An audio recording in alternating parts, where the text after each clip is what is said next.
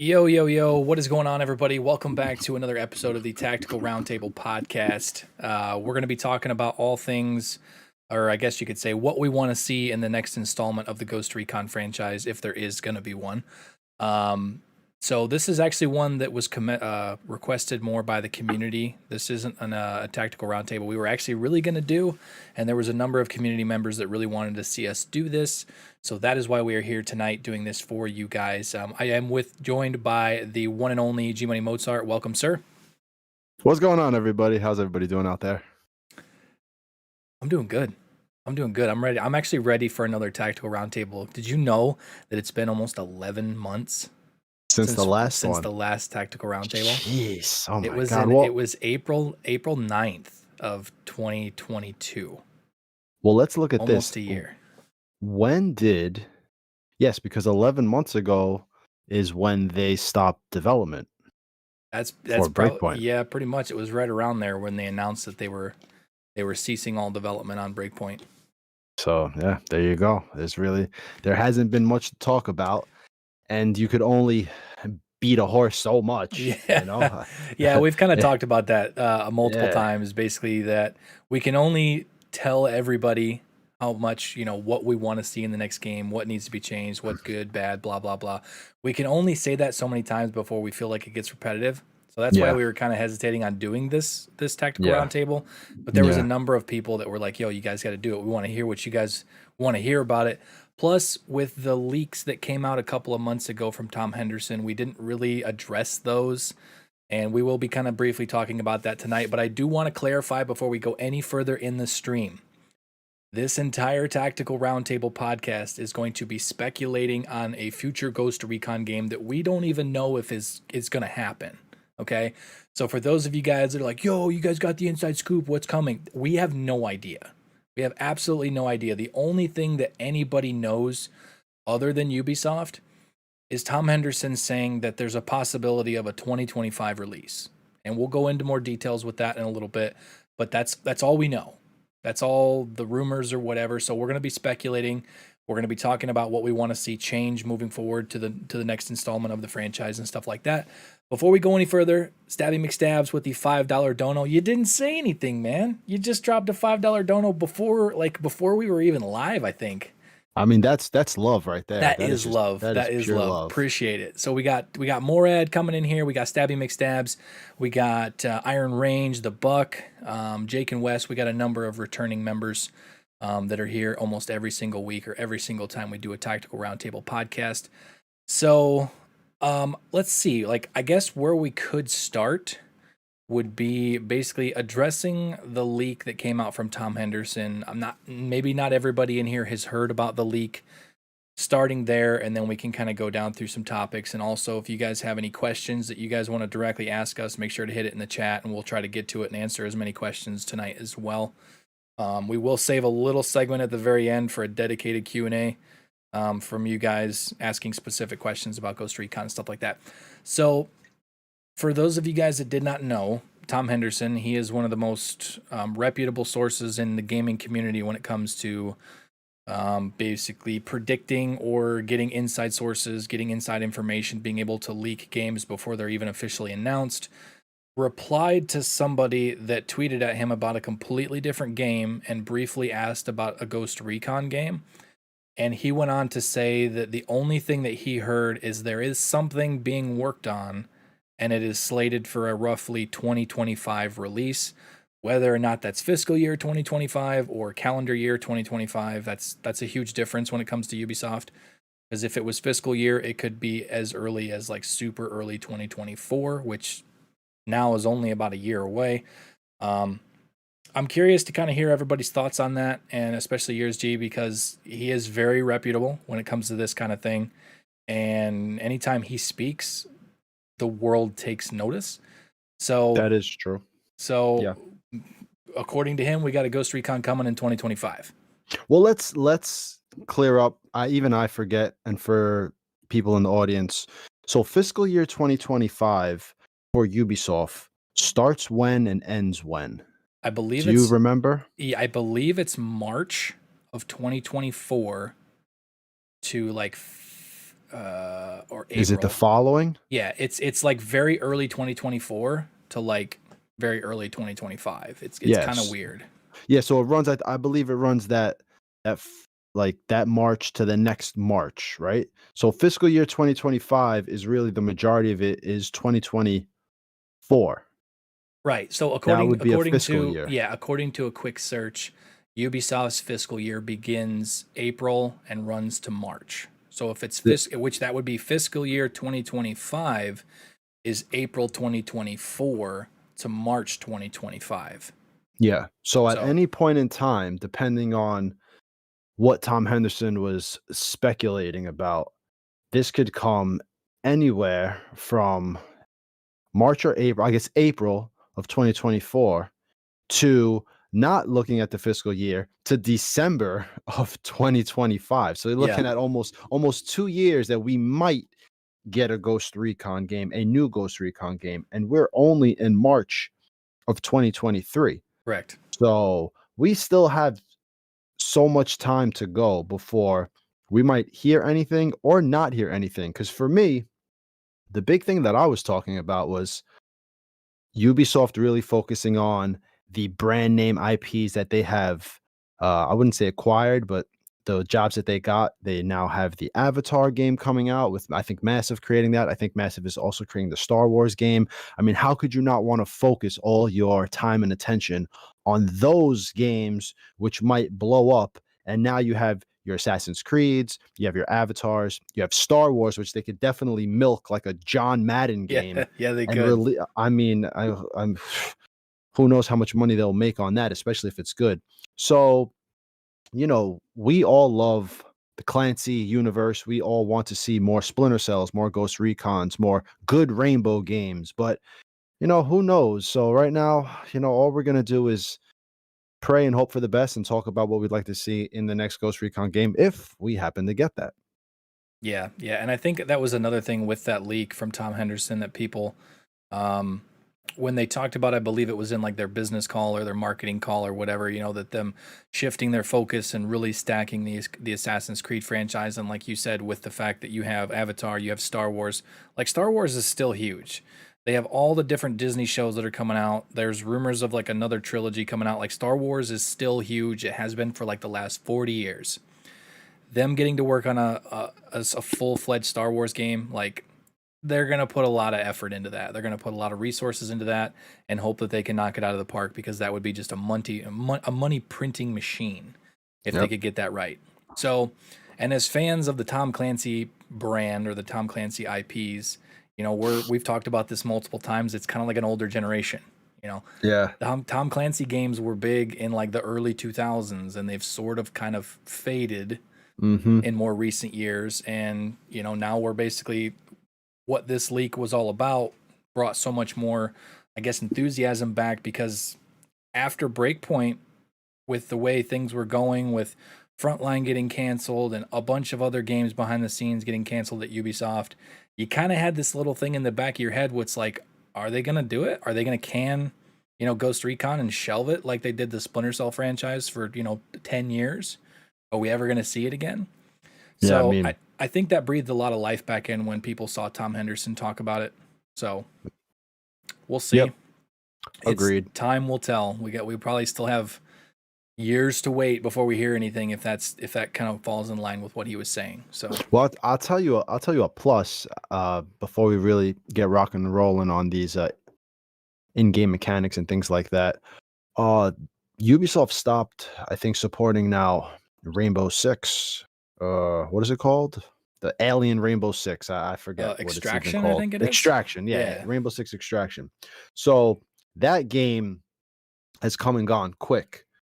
So perhaps the people who they're trying to target is really telling them, hey, we're not interested in this, and maybe they will go back to the drawing boards on bringing back what made these classic games so great, which is them being really grounded in reality. And hopefully, we'll hope for the best, because not only would I like to see great Ghost Recon games, like I said before, great Splinter Cell games, great Rainbow Six games. Yeah. Touching on that right there, what I would give for an expanded like Rainbow Six Vegas 3. Like I had so much fun in Rainbow Six Vegas and Rainbow Six Vegas 2 back in the day. And Siege was not my thing. Like, I know it was extremely popular. It was a very good esport. A lot of people played it. A lot of people watched it. That was like a right place at a right time type of the ranked game. the ranked mode in that was popping for like a lot of years. Wasn't really my thing, but what I would give to have like a Rainbow Six Vegas, sequel. Yeah. Before we go any further, also Stabby McStabs Gaming with the $15 donation says Money Machine go brrr. Oh yeah. Got an A10 coming in with the Money Machine. That's what they're going to be planning for the Star Wars game. Like Star Wars and Avatar, if they, they're both going to probably have open worlds. That's what Ubisoft is known for. It would be smart to have. I'm a little disappointed that Avatar is a first-person game. Yeah, me too. Especially the name of it is Avatar. Right, and I would I would assume that the Star Wars game would be like a third-person open-world action adventure Star Wars game, but I'm not a developer. Yeah. This is not a tactical roundtable talking about Star Wars and Avatar. So yeah, we just had to mention that. Let's get into it, man. Let's get into it. Okay, so trying to go back to our notes here. Let's start with I guess you want to do. All right, let's location, setting, where, when, who we fighting, things like that. Right. So it's definitely like for a setting, it's got to be an open world game. Like we got to kind of touch on that. It's got to be an open world game because you had Future Soldier that was linear. It had multiple locations. You went to multiple countries. That's cool, but that's dated. I wouldn't say dated, but like you're expecting more from a Ghost Recon game now. You can't. So now, look, I have community members who old school Clancy fans. They want to see kind of that sandbox, not so much open world, but more how it was in the original game. Maybe more how it would be with Sniper Elite, Hitman. Yeah. Where the game maps are big, not so big, but more for what they feel Ghost Recon should be, or which are like these quick little ops. You're in, you're out, and they feel like the open world kind of dilutes the brand. But moving past that, in my opinion, I completely agree with you. I think as far as video games and where we are today, I think they just need to really expand on what they're doing with the open world and kind of nail the format, nail the game loop. And I think moving forward, especially as we move away from old hardware, maybe we could start to see better game design, and maybe they could actually do a lot of things that we have been requesting. I know myself, and for the people who would like to see the smaller linear missions, I would maybe point to the Division, where perhaps we can have this open world and the missions are more structured in a linear format. And the Division does that really, really well. Yeah, and I think maybe Ghost Recon, and the developers over at Ubisoft Paris can maybe take a page out of that book. In certain areas in the game world, they can kind of cut it off, break it off a little bit, make it a little more linear for the player to go through. And you could kind of have the best of both worlds when it comes to open versus linear design. Yo, somebody needs to hire this guy. Am I right? Somebody needs to hire this guy. I don't know about that. I'm just some guy just talking ish on a microphone on YouTube. I think that is literally you hit the nail on the head. If they could figure out a way to do it like the Division does, so you still have a pretty decent sized open world, more urban, obviously with the Division games, but the way they do it, where like you have to go to a specific mission and you're going through a more linear style mission. Through, clearing out a building, completing objectives in that building, getting to a rooftop, taking down a boss on the rooftop, but it feels more linear, but it doesn't pull you away from the fact that you're still in an open world. If Ubisoft Paris could figure out a really good way to do that in the open world, have it so like, okay, you have to go capture, hypothetically, you have to go capture a general. You have to get intel, you have to do certain things, but it kind of gives you like a linear path, but it doesn't pull away from the open world. But it's also not just like getting a helicopter. Like at the start of Breakpoint, you went to, I can't even remember the name of the place now. Erewhon. Yeah.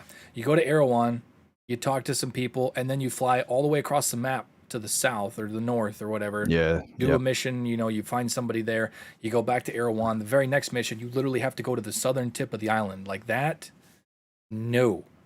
Yeah. Wildlands did it so much better with kind of keeping you in the regions and doing missions in a region before you moved on.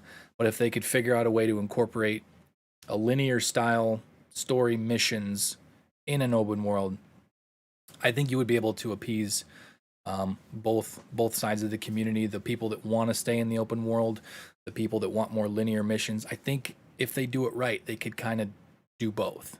Yeah. So if they could figure out a way to do it good, that would definitely be the thing. But not going back to a strictly Ghost Recon Future Soldier style linear, you know, select a mission from a list. Agreed. Yeah. And going like that. I would be down with the Sniper Elite style because those maps are massive.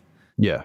And they have a very specific theme as you go through, but I feel like as like the end game, people would get a little bit more burnout on that compared to an open world. There's a little bit more freedom in an open world, but I would definitely prefer not so much like I understand what people are saying with the Sniper Elite style, and I hear that, but I would prefer even more like Metal Gear Solid 5, where Kojima made the Afghanistan map and he made the African map, and you could still tackle everything in the same fashion, but you're not kind of limited to how you infiltrate, and you're not really seeing the same thing over and over. I think the beauty of the open world game design nowadays is that it allows for a lot more replayability. You can just go in and kind of do the same thing, but it's different this time around because everything kind of acts different the way you attack it, whether it's a compound or if you're out in the open world and there are enemies there. So I could see maybe kind of like that Sniper Elite Metal Gear Solid 5, where perhaps you get 4 or 5 maps that are the size of an Aroa or the size of a Bolivia, but they're all different and they're all their own campaign within themselves. I could see something like that. That would be cool. That could work. Yeah. I just don't know if with what Ubisoft is doing and what open world developers are doing, if that's really the direction they want to go right now. Right. I would probably prefer to see where they take their open worlds, not only Ubisoft, Rockstar, and everyone, as the hardware gets so much better year in and year out, and we move away from 10-year-old hardware. You know, what can these developers really do given the time to create these game worlds? Yeah. Yeah, 100%. And I think like kind of leading off of that, I mean, with the technology and everything nowadays, like having a Bolivia style map, but still having it be more thick, luscious, more urban areas and stuff. Like I know we talked about like that during the other stream the other night. Well, let's get into biomes. Okay. Well, before we jump to the biomes, we're talking about like open world, non-open world. We have a location. It can be. This is just my opinion. You can kind of go with your opinion and stuff here in just a sec, but it has to be. It doesn't necessarily have to be a real place. I know a number of people probably in the chat are saying we need to go back to a real place. We need to go back to a Bolivia or an El Salvador or a Brazil or a Russia or whatever.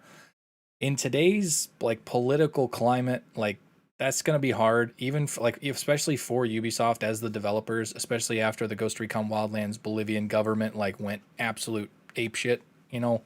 We're going to file a lawsuit and all this other stuff because they basically portrayed Bolivia as a narco state, which, you know, Mexico would have been a better thing to do that for, obviously, with things are going on right now. Yeah. But it could be, in my opinion, it doesn't need to be a real place. It can be a fictional place, but it has to be a believable fictional place. It can't be, Aroa wasn't a believable place, in my opinion.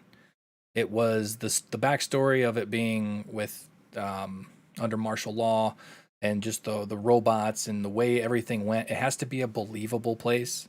And with that being said, it could, if it's believable, it doesn't have to be a real place. That's just my opinion. So I agree. And you know what? Cowboy said something about procedurally generated areas. I don't know if they're going to be able to do that. I don't know how that type of technology works, especially with open worlds, but it's a good idea. As far as the actual location, or I mean, look, I think we have to get to the point where we realize, especially Ubisoft, but I believe you said even Call of Duty does this, right? Just have to get used to the fact that these guys, given the time of the day, they're not gonna use the politics of the time anymore like Clancy did back in the day. They're gonna make up countries, they're gonna make up bad guys, and I think the days of going into, what was it, South Korea, North Korea in like Splinter Cell or Yeah, things like that, or it was Georgia in the first one. Like I think those days are long gone, especially after Wildlands.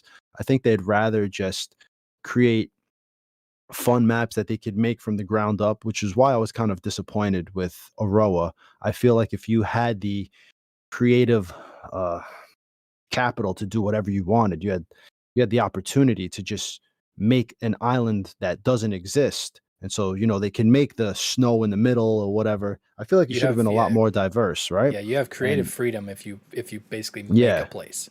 yeah, exactly. And when you look at Wildlands, especially with us going back to it right now for the past few days and streaming, by the way, guys, check out the streams. We will be playing more Ghost mode, but yo, those wildland biomes are so diverse, one from another, but they flow into each other They so do. well. They do. So, I could have a map just like Bolivia, and it could be called, whatever, and I wouldn't care because I'd be like, "Yo, this game map is awesome." This didn't have to be Bolivia. They could have called this whatever, Yeah. and we would know, this is kind of like a South American, Central American country, especially if they're speaking Spanish. You could have them do it. You could replace some of this, make it more look like it's Southeast Asia. You could have Asian enemies there, and there's speaking whatever, and it would still be like, yo, this is awesome. But it doesn't have to be Laos or Vietnam or China. You could just make it up, and as long as the biomes are diverse and the game world is really popping and and just awesome, I would be good with that. And I Yeah. know a lot of people might not be, but I think it is what it is. We just have to accept that. Yeah, and I think with that, I think I would say that Ubisoft gets a little bit more flack for like Aroa, for instance. They got so much backlash for it being not a real place because Yeah, they've done real places I forever. know, I Like know. all of the Clancy games were grounded in that what if scenario, pinging it off of real life events and real locations and stuff. And they've done that for so long that when they didn't do it, that was like strike one. There was a lot Yeah, of people upset that it was a fictional place. But then you do look over at Call of Duty, like even going back to like Call of Duty 4, like the first modern warfare game, those countries like Pripyat, Ukraine, obviously was there. Like that was a staple in that game.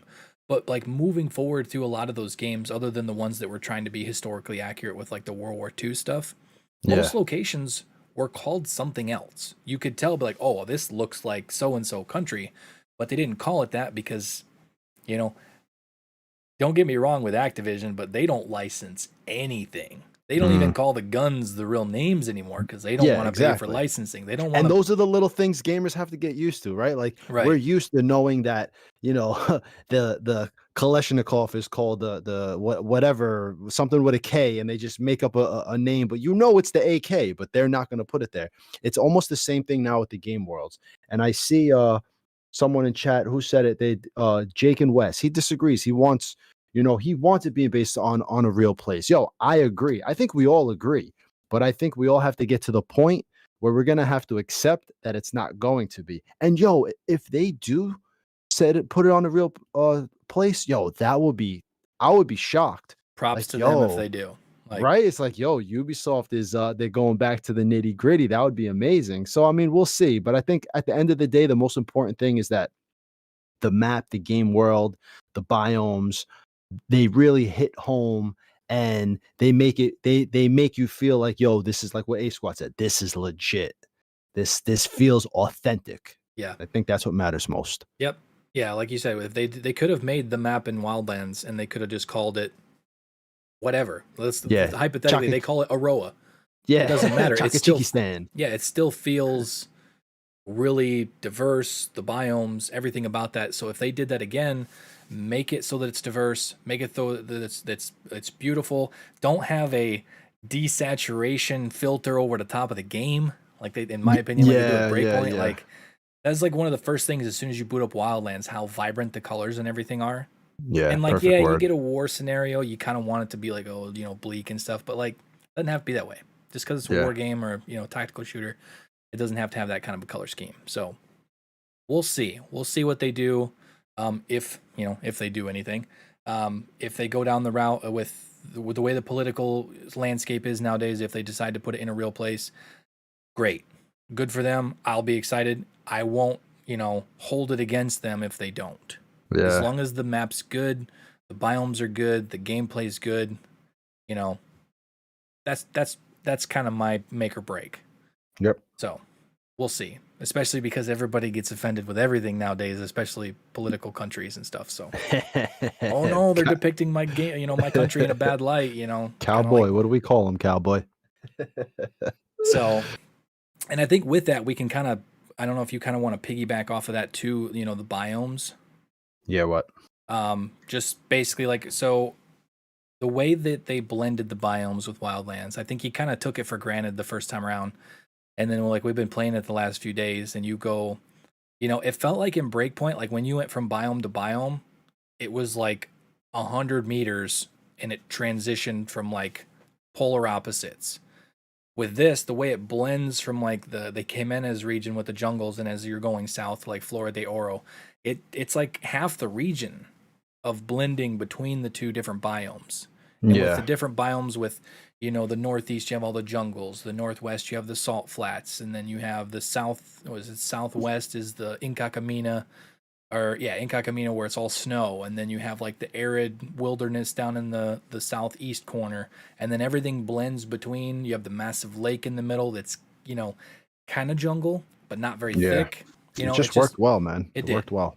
I think if they can figure out a way to pull that off, I know that was like in their reveal trailer for Breakpoint. It was like, you know, we have I think they can. all these, yeah, they have all these biomes and stuff, and we skip this for some reason. It's saying that it's gonna run an ad. It's gonna run an ad during the stream for you guys. No, come on, YouTube, what are you doing?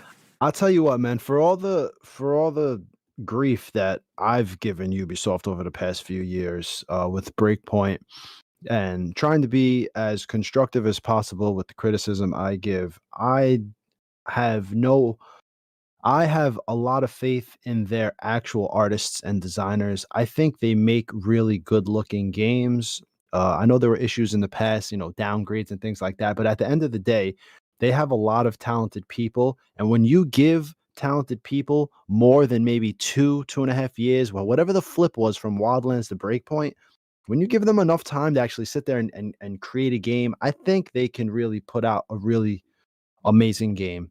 And we're just gonna have to wait and see because, like, from Future Soldier to Wildlands, we got a really good game. From Wildlands to Breakpoint, we didn't. And I think the time matters. And maybe they just needed a little more time. And that's why we're in 2023 looking at a fiscal year 2025. And maybe, according to Henderson, that gives them a lot of time to make something. So, we'll see what they come up with if we even get a new game. Yeah. Yeah, I think what from like let's see, Breakpoint came out in fall of 2019, was revealed in I think May of 2019. So it was revealed just like 2 years and 2 months after the Mm-hmm. release of Yeah. Wildlands. And then you had like what, all the special operations, you had the Narco Road DLC, you had the Fallen Ghost Yeah. DLC. Like there was a lot of DLC for Wildlands that was probably still being worked on after the game launched. Mm-hmm. And then you had a team spin Breakpoint and release it 2 years later. Like, Yeah. I think that's It's a kind lot. of part of the reason why it kind of flopped at the release. Yeah. Especially going back, you had Future Soldier release in 2012, May of 2012, and then you had basically a full 5 years of post launch after that to work on Wildlands, and Yeah. I feel like it definitely shows. So we'll see. Only time will tell. Waylon with the $1.99 donation. I cannot talk tonight. $1.99 donation. $1.99 I think a good enemy faction is key too. Agreed. Well, I think I mean, hey, look, that could lead us right into our next segment. If we have a make pretend enemy, right? It's no Bolivia, it's no Russia, it's no this, it's no that, right? Who's the enemy in the next game? What do we want to see? Especially if it's make pretend, because it can't be aliens, right? It's not going to be Rainbow Six. it can't be So Bodark again either. well, that's what I'm saying. Is it a make pretend country and they're speaking Spanish? So it's a Wildlands 2. Is it a make pretend country but they're speaking Russian? So, we're moving more towards the, that really geopolitical beef that Clancy was really known for writing about, which was, that American Russian beef. Are they speaking Chinese, or it's like what do you think the enemy faction will be? Will they pick something out of the hat that they already have, like Bodark, and run with that, being that Breakpoint kind of ended off of that, or do they just come with something spanking new and surprise everybody? That is a very good point. I feel like it depends. They can't reuse Bodark because they reused Bodark in Breakpoint.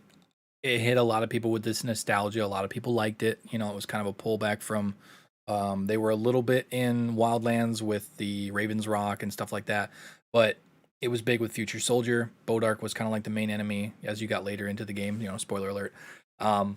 I feel like they can't do Bodark again. If they want to do Russians, they can do Russians. But if they do Russians, if there's anybody from Ubisoft that's in the stream right now, if you do Russians, make them speak Russian. Don't make them have a Russian accented broken English, because that is not how they would speak. So you want, well, that's how entertainment works. I think we all know that. Yeah. Like the voice lines in Breakpoint's Motherland.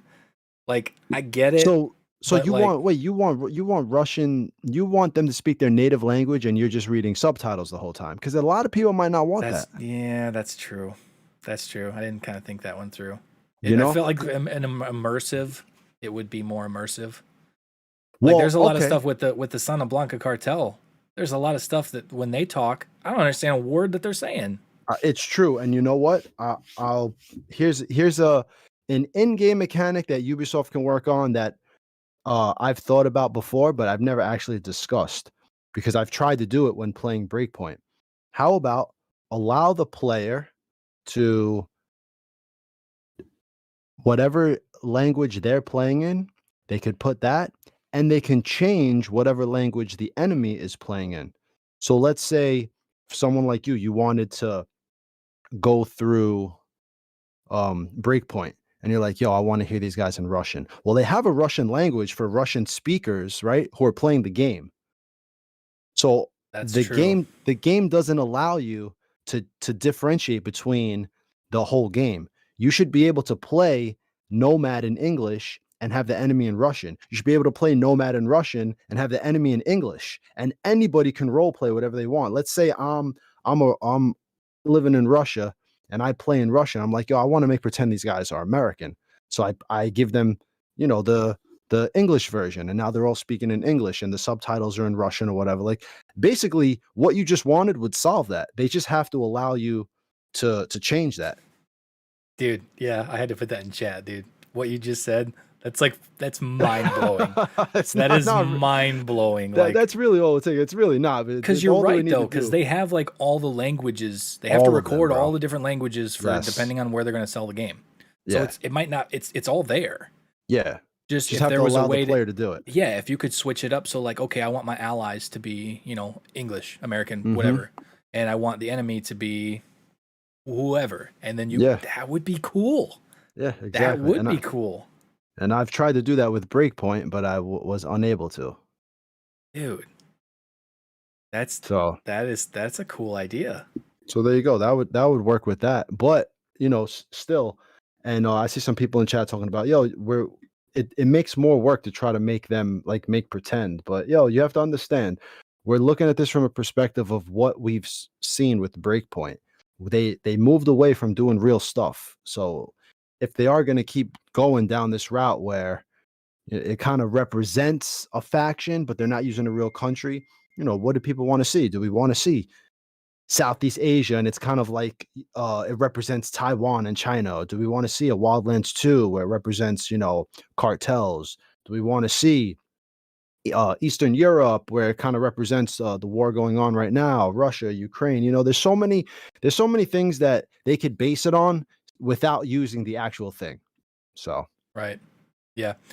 Real quick, Morad with the $5.99 donation let's says go. a new private military contractor, more fleshed out, built upon all they learned about the gamers' preferences, bad dudes going horrible, doing horrible enough stuff that motivates us. Well, I'll tell you for me, a lot of people probably know this. I want to fight. I want the game world to be a war. I want the ghosts to kind of be in this war, and they're utilizing the ghosts to go do what they do. And while you're playing, you see this war going on in real time between two factions. I would really like to see that. But I know that's a little overkill, but I don't really want to see. I think the PMCs, I think people were over that. Seeing Sentinel in jeans and their kits were so lame. You got guys out here. You look at Drewski's community. You look at a lot of these people who play Tarkov and Ground Branch, Ready or Not, all these games where they want to kit themselves out. They want to fight cool bad guys, and it's like you put a bad guy out there that looks like Sentinel, and it's just boring. I think that was a good thing about Bodark too. Fighting actual soldier-looking guys was a little more cool. Yeah, and I feel like, obviously I've never ran into a private military contractor in the field, and hopefully I don't, to be honest. But what was the one it was like the center of controversy? Like it was Blackwater. Blackwater. Okay, yeah, Blackwater. Yeah, those dudes did not look like Sentinel, bro. No, just walking around with jeans and nothing on. If you didn't know better, you would have thought they were part of an army. Yeah, well, Well, then you know what? It just comes down to the design factor. They have to design the bad guys better. Yeah, and I don't want to like stem off from that too much, but do it. So you have like the enemies, the Sentinel enemies, for instance. I know you talk like with the jeans and stuff. With the enemy AI, and like I said, I'm not going to try to. We can kind of get more in depth with this a little bit later, but the rushers and the snipers. Like, if you're going to have a sniper, he does everything in his power to take you out before you get anywhere near him. Kind of like with the Spartan mod, the Spartan realism mod. They need to be able to engage you from farther away. Like the archetypes, the enemy archetypes need to be way more different from each other, and not just, this is a shotgun rusher that doesn't care about living and just runs at you from 100 meters away and tries to down you with a shotgun. Like nobody's gonna do that. All right, so yeah, basically, if we want to kind of pivot now into AI, whether it's enemy or teammates, I think the archetypes do need to be better.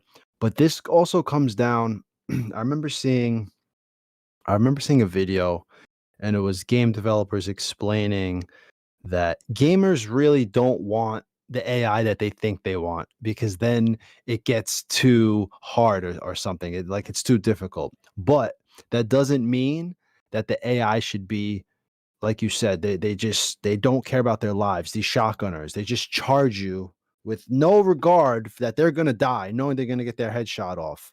So it's like there definitely has to be more work on probably tactics with artificial intelligence. Can programmers develop artificial intelligence that almost feels like it works together? So a rifleman laying down suppressing fire in cover while the flanking enemies kind of move up.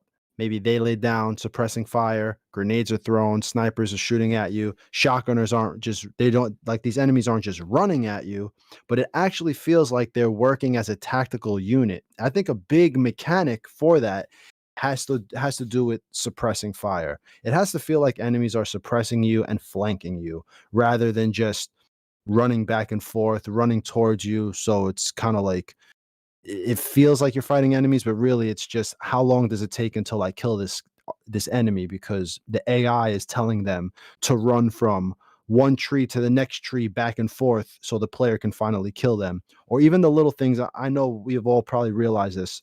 Enemies will peek out or not get in absolute cover so you can kind of pick them off. There are these little tricks that developers do to make sure that as a player, you're still having fun and the enemy kind of feels like they're doing something, but when in reality, they're really not. So there's a fine line that I think developers have to kind of tweak and fix these artificial intelligence programmers to make enemies feel like they're working together. They're a lot more difficult to kill, and basically, just like what you said, you can't have enemies just beelining towards the player, because nobody is going to do that.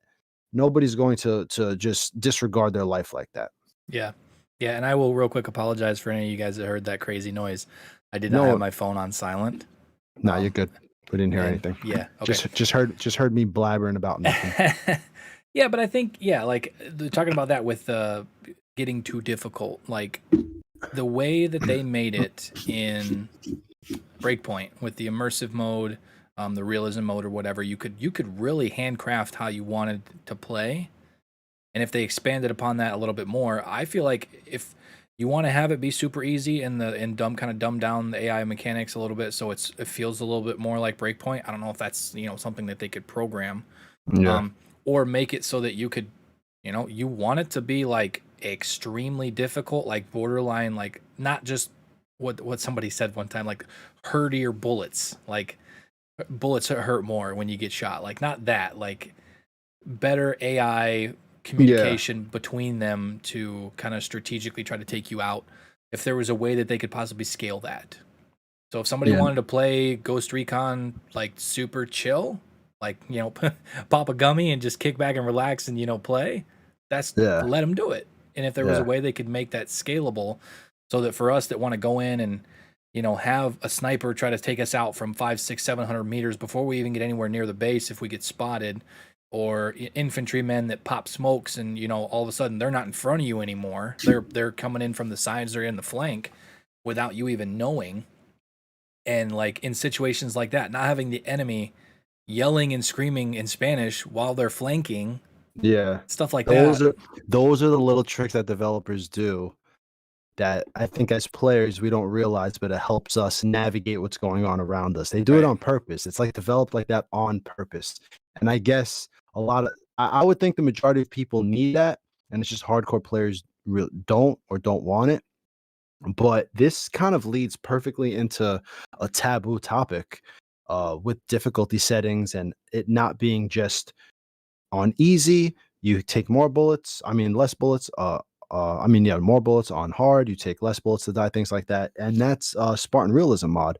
And the fact that Vandar found these parameters in the code and opened them up to us to tweak them. And out of nowhere, oh wow, look at that! An enemy can shoot me from 400 meters. A normal rifleman is now shooting me 200, 300, 400 meters. Snipers seeing me from way farther. Even shotgunners shooting from farther sometimes. So I think perhaps maybe even difficulty settings need to evolve in tactical shooters specifically, because there are so many things. And I think Drewski hit on this point really well. He had, I think easy was enemies go pew, and then hard was like the most difficult was like they radio to each other. There's a lot more communication with them. So they are flanking and doing all these things. I forget the specifics of what he laid down, but it basically comes down to all of these parameters. Maybe they can be opened up a bit more for players to tweak. So when I'm 40 meters in front of an enemy, he actually does see me, unlike in these stealth games where they're catered for stealth gameplay and the fact that you're walking past somebody at 30 meters and they don't see you when they really should. You turn that Spartan Realism mod up and, stealth goes out the window. Ghost Recon, in my opinion, feels a little more like a tactical shooter with Spartan Realism mod, because you actually can't move away from the stealth aspect. You can't just go into the space and shoot somebody with a weapon. Nobody knows. You do that, and the whole base hears the suppressed sound because they found the audio suppression, both suppressed, unsuppressed, and how far they hear you. Yeah. And also that's capped as well. It's a capped parameter. I think about like 225 meters. No matter what you do, they won't hear you. So there are these things that they can fix, but then that also goes into something else, which is rendering. And how does this game engine render for all types of hardware, and how do they design around that? So it's obvious Ubisoft has a sweet spot for console and PC for engagements to be around 100 meters, snipers to be around 300 meters, and rendering to really stop at around 5, 6, 7, 800 meters. Yeah. And until they really fix that and it gets more like Arma, to where you can engage or be engaged at 3, 4, 500 meters. But that means, how did they create the game world? How did they design the game world? Like, all this really connects and is a real, I wouldn't say headache, but it kind of totally changes the way they've been designing the past two games between Wildlands and Breakpoint. Yeah, You know, real quick, not to interrupt. For some reason, I don't know if it's like the internet connection, because I haven't been talking yet, but your mic's like it's roboting like really bad for the last few minutes. Kind of going back and forth. You're my robot. Does mine sound like a robot? You sound fine. Yeah, I don't know why. Yours is like it's almost like it's lagging, and I'm not sure if it was the stream or not. But real quick, yeah, Stabby McStabs with the $5 dono says, hot take, Red Storm should take over Ghost Recon. Ubisoft Paris fumbled Breakpoint there towards the end. I kind of would say that it was the other way around. They fumbled it at the start. And they kind of redeemed themselves more towards the end. Yeah, is it Discord? Am I roboting too? Anybody in the chat? Do I sound okay? Or is that just is it Discord like being crazy? Because that's definitely could be a thing. Well, it wouldn't matter because you wouldn't be roboting. How do I sound? Now you sound good. Good. It was kind of going back and forth there for a minute. Yeah, I closed Discord and opened it back up. You know, classic. Yeah, Stabby me says it's just G. It's all G's fault. Okay. But yeah, I feel like, I mean, Ubisoft Paris and Red Storm kind of split development, I would say, on Future Soldier. Future Soldier was a good game. Wildlands was pretty much all Ubisoft Paris. Yeah. And it was a good game. They had more time to develop. What are we talking about now? I'm kind of just addressing Stabby's $5 super chat. I'm saying that Red Storm should take over Ghost Recon because Ubisoft Paris fumbled Breakpoint towards the end. But like I said, I feel like it was the other way around. Man. They fumbled it towards the start. Yeah. And they kind of redeemed themselves. Like, if you had an entire game, so hypothetically, you have a sequel Ghost Recon game that has basically, if Operation Motherland was a full fleshed out game with more things to do, like the style of Operation Motherland, I'd be fine with it. I don't feel like Red Storm is a smaller studio nowadays.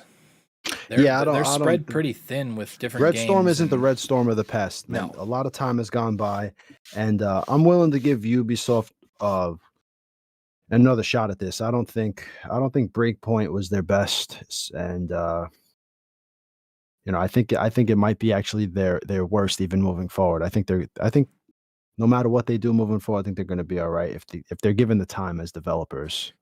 Yeah, so. I think that's probably the main point. If upper management, whoever is calling the shots above Ubisoft Paris, gives Ubisoft Paris the proper time to make a game, based on all the feedback that they've gotten over the years of Breakpoint, and a lot of that they tried to institute into Operation Motherland, I think they could do it.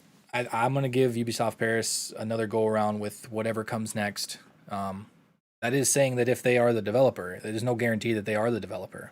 Yeah, that's true. We'll see. And then Sean Buchanan, right after his super chat, said, what settings should the next Ghost Recon be? We actually covered that towards the start of the live stream. So if you want to watch it back, we kind of tackle that more towards the start. Yeah. So yeah, I don't remember exactly what we were talking about now. Well, yeah, no. So let's not stray away. Let's keep moving. But now let's go on the opposite end. So we were talking about basically enemy tactics, talking about the world, rendering issues, and how we could actually kind of change it with Spartan Realism mod, things like that. And now moving on the opposite side. So now we spoke about enemy tactics. Let's speak about maybe AI teammate tactics. I know a lot of people want to, especially myself, I've been a big advocate of this since day one. People want to control AI teammates better, maybe some breaching tactics with AI teammates. I know a lot of people with playing games like Ready or Not, games like Ground Branch, maybe would like to bang and clear, frag and clear. SOCOM 20 plus years ago, speak about it all the time, had a lot of great commands, and that was a long time ago. I think Ubisoft thinks that trying to streamline AI teammates would be better for the game and even tried to remove them in Breakpoint and realized no, we want a squad based tactical shooter. Ghost Recon equals squad based tactical shooter. And I think as technology has gotten better, now we're all playing games together. So you could maybe eliminate the AI when you're playing with friends, but they still need to develop these AI teammates to the point where you can control them, pinpoint them, maybe individually. I would love to see that. And we need a lot more engagement and control over all aspects of AI teammates, specifically if they're going to allow AI teammates to throw grenades. I know a lot of people out there probably have had this problem with Breakpoint. You're doing something and all of a sudden your teammate's like, here's a grenade for you. And he throws a grenade at your head while you were about to stealth kill an enemy who like maybe just saw you. Yep. Like these little things that they tried to basically streamline for us really don't work. If people don't want AI teammates, yes, let us turn them off. If they do want AI teammates, let us control them the way they should be controlled and really give us the feeling of this being a squad-based tac shooter again. Yeah. Yeah, I think the one thing that I do want to like add onto that like right away was I don't know if it was a blog post or what it was when they finally brought the AI teammates the teammate update to Ghost Recon Breakpoint, and it was it was part of the article, it was a paragraph or whatever, but there was one bullet point that stood out to me where they said no need to micromanage Yes, your AI yes, teammates. exactly. That was like quote Exactly. unquote what what the developer said. No need to micromanage, and then kind of went in to explain that they would kind of do things on their own. I get this like the amount of like AI involved, but like that's what I want to do. I Yeah, want to yeah. micromanage the absolute crap out of my AI teammates. That's what this game needs to be. Like some people would argue the other, devil's advocate here. Well, I don't want to have to hold my AI teammate's hand. Make it so that you don't have to. If you don't want to like hold their hand and do that, that's fine. Make it so that like the current system where you control very little or have like a generic version where you're just kind of giving them rough commands and then they kind of do the rest. But for those of us that want like old school SOCOM, like you talked about, I want to be able to command my squad. That's the Yo, point of being like a ghost lead of your it's squad. it's not even that difficult.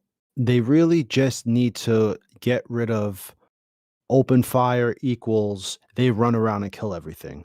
Because even the people who don't want it to be so complex, I don't want it to be complex. I just want to be able to tell them to, yo, move over there and hold fire. And they move over there and hold fire. I want to tell them, move over there, open fire. And they move over there and open fire. I want to tell them, hold here, hold fire, hold here, open fire. Simple. That's no different than what they have now, except now it's just move there. And then once you click open fire, it's let's go. Dude, Three yeah. Rambos That, running around. Like all you yeah. have to do is eliminate that. Just let me move them to where I want them to go, hold them where I want them to hold, and tell them open, hold fire. That would be a huge step forward. I just don't want to see them run around like Rambo and kill everything when I say open fire. Yeah. And I've and watched then him do and that then in moving Breakpoint. yeah, dude. And then moving forward, hey, can maybe I could aim this crosshair at a doorway and the icon pops up or the option pops up to, hey, bang and clear or, frag and clear. And like, okay, cool. I could actually like now we got some kind of breaching mechanics if we have a little CQC in urban environments. Like, I don't know if they want to get that into depth, but I just know that, yo, I could do that with SOCOM 20 years ago. Yeah. Like your AI teammates would throw a frag or a flashbang, whichever one, and then enter the room and you could kind of go in there with them and clear rooms with them. Like, that was awesome. And I just think we should get to that point where it's not only warfare outside of compounds, it's also CQC warfare in urban areas. You kind of nail both of those dynamics, and I think you have a well-rounded game that a lot of people would run to and be like, yo, Ghost Recon kind of provides gameplay that feels good right now, both on both sides of the spectrum. Yeah. Yeah, and I think kind of branching off of that, the other thing that I kind of want to point out is let me control individual squad mates. Yeah, that's another thing. I don't want, like, even like you said, move here, move there. I'm just gonna use Wildlands because I'm not really a big fan of the Breakpoint. So I want Midas to go over and do like a left flank. I can basically point my cursor and tell him to move there. Yep. He goes by himself. I want he's dead in the other. Okay, Weaver. Just say I want Weaver. I want Weaver to stay here and provide Overwatch. I want him to stay right here. Yep. And then, like, for instance, the open fire. Like I think somebody said in the chat, they were talking about, well, isn't that sync shot? Yeah, but it's not. I want more in-depth controls than just, hey, shoot this guy. Yeah. Like, but I can have Weaver stay up there, and then when I give like a sync shot command, I can have it be Weaver executing the shot, not just I click the guy, it registers as a sync shot. If somebody else is in a different spot that doesn't even have that angle, they don't just magically have that angle. Like, he's my God, Overwatch. That's huge. He's my Overwatch. I want him to take out specific dudes that he can see. Is that see, now I would have to like speak to a dev about that. Is this broken, or is this, working as intended? Is this because like you think it's too difficult for us to get our teammate that proper angle, or is it because due to some type of programming issues and clipping issues, like this is the best way it can be done? I feel like it was worse in Breakpoint. Like, you sync shot a guy and then like 2 or 3 seconds and he's ready for a shot, and it's just like, how like, you ain't anywhere near this dude. You don't even I don't even have an angle. They just shot through. Yeah, they would shoot through everything and anything, and it was like that from Wildlands. And I think I don't know if it's broken or if it's just working as intended, but that's definitely needs to be fixed. I think Wildlands, it did feel a little bit more like, I don't know if the AI teammates would move, but it felt like when you marked an enemy and they didn't have an angle, like, it was like 3, 4, 5 seconds would go by before they would say that they had a shot. Yeah. Like, they had to move. This is where I'm a little bit, I don't know how to put this, but like, Future Soldier, that was a thing in Future Soldier. If your character or the guy that you're sync shotting, you're aiming at, the guy moves out of sight, they cannot shoot. I think they would. Yeah, it would go from them being hot to be like, oh no, it's like, I can't do it. Yeah, and there would be a voice line, for instance, like if 30K is aiming at a guy that walks into a building, he basically says, I don't have a shot. And then like the sync shot for that character goes away. Yeah. So like if you executed the sync shot, the other 3 would take down their targets. That guy wouldn't get taken down because the one that you had aiming at him no longer has the angle to take that shot. Yeah, that needs to get done in an open world game, basically. Real quick, Stabby McStabs with the $10 dono. I appreciate it, man. Stabby coming in hot. G, as for your thought process, for those engagements that are 200, 300 meters plus, mainly occur in plains or flatland type areas, anything closer could be done in areas with large elevation changes.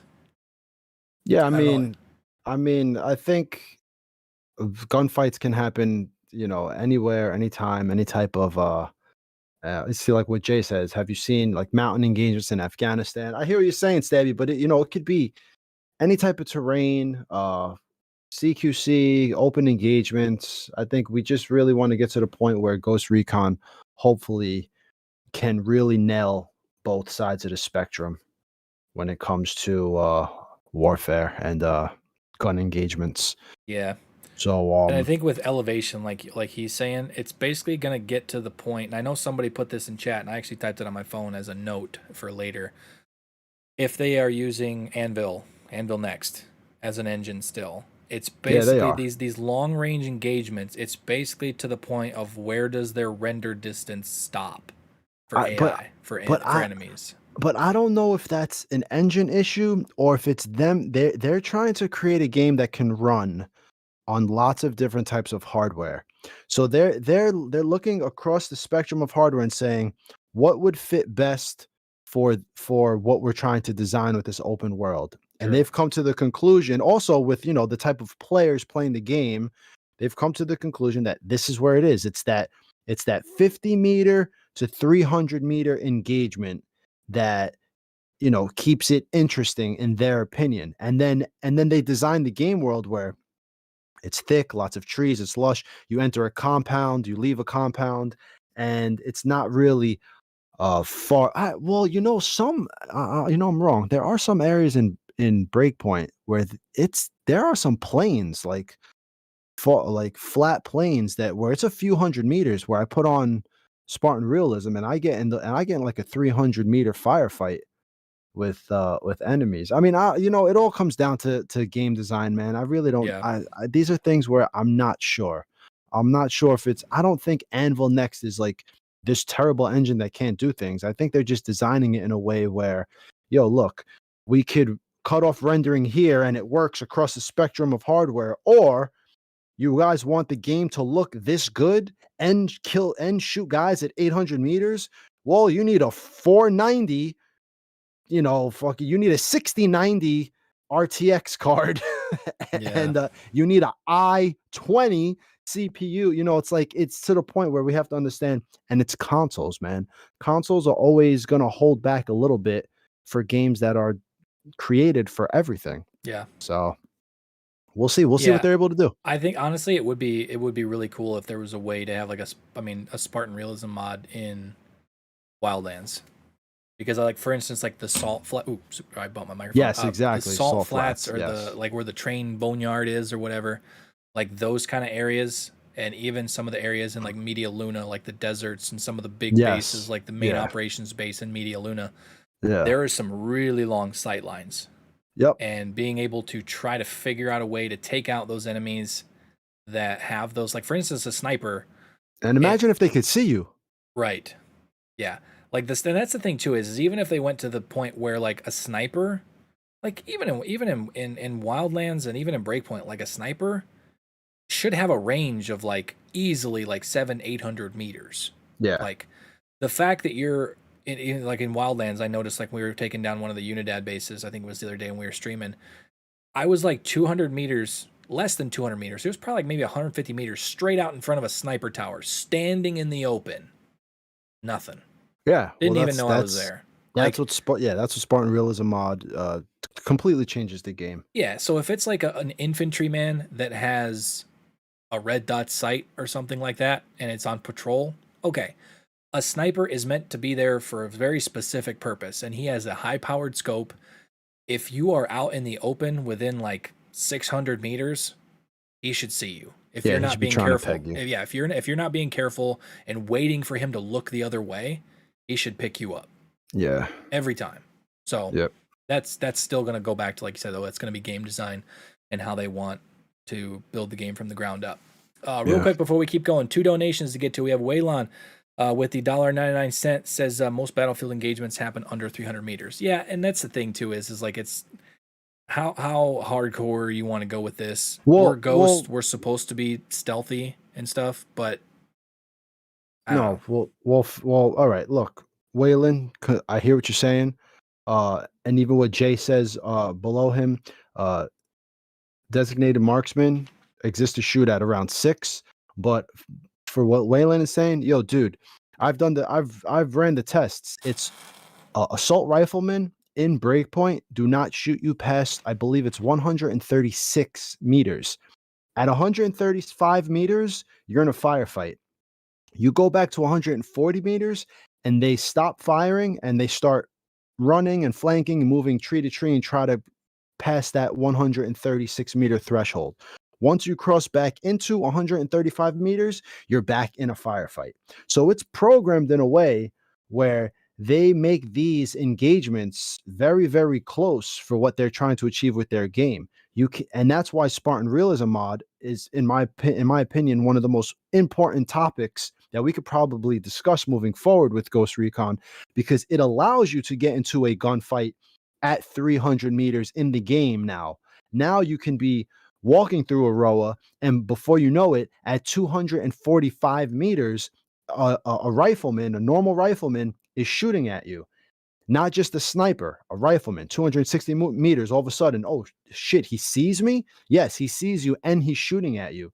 I think this is where the game needs to move towards, because like what Jay said here, if Ghost Recon wants to be serious, they need to have enemies able to engage from at least 500, 600 meters. So now you're looking at, how are we going to render the game across the board for all different types of hardware? How are we going to spawn enemies in and out at those distances without boggling down the CPU?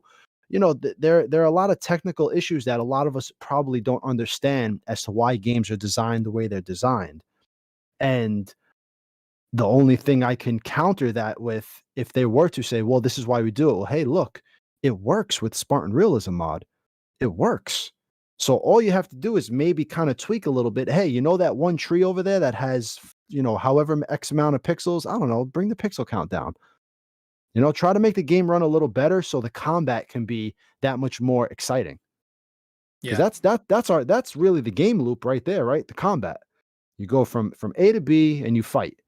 So if you could fight at 100, 200, 300, 400, 500, 600 meters and be engaged with all these different types of enemy archetypes, guys with DMRs, guys with assault rifles, guys with sniper rifles, different types of scopes, that's going to make for a very fun Ghost Recon game.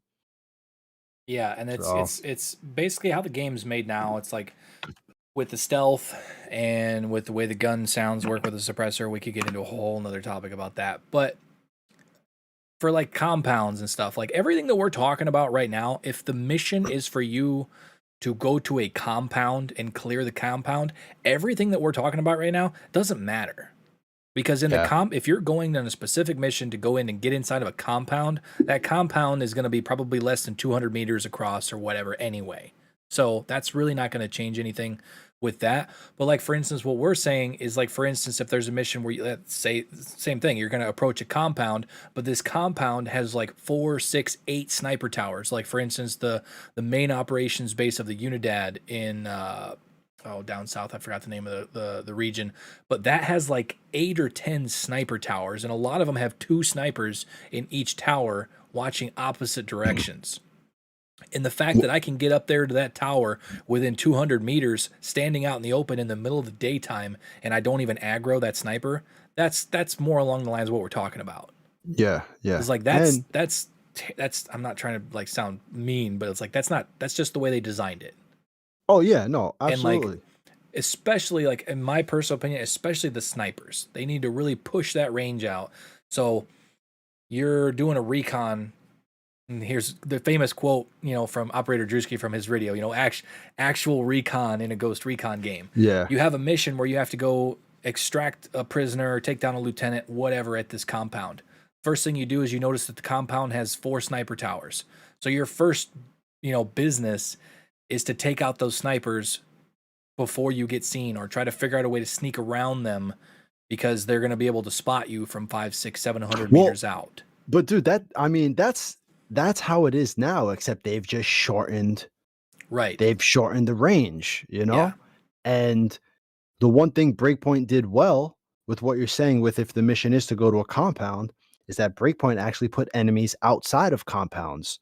So now, going back to what we were talking about before, if they could nail the open world combat and nail the urban combat, you've got basically the entire spectrum of combat in this one game that kind of neither Wildlands or Breakpoint did well. Wildlands didn't really have combat outside of the world unless you engaged like a Unidad chopper, then they'd kind of come to you. Breakpoint, they started making guys spawn outside. You could, every few hundred yards, there are enemies there that you could take on. So now if they could kind of just figure out this game world where there's combat outside, where you're engaging 4, 5, 3, 2, whatever. Then you're getting to a compound, and there are snipers that are going to see you at 500-600 meters. You have to figure out how to get there. You have to counter those snipers at 600 meters. They got to fix all this. The ballistics, the rendering, the distance between where we engage. Like Jay said again, if they want to be taken seriously, especially from the people in this community, and I don't mean this community like mine or yours, I mean the community that plays these types of games. This is what they have to do, because I don't think they could keep making games where they kind of have these, it's kind of like, it's more, Ghost Recon has turned more into like Splinter Cell in a way where, okay, you get in your gunfights here and there, and the engagements happen at mostly under 100 meters, maybe 2 with snipers. But, the real icing on the cake is enter this base and stealth kill everybody. Shoot the bad guy over there, and the bad guy who's 10 meters to his right doesn't hear him because you got the super silent suppressor.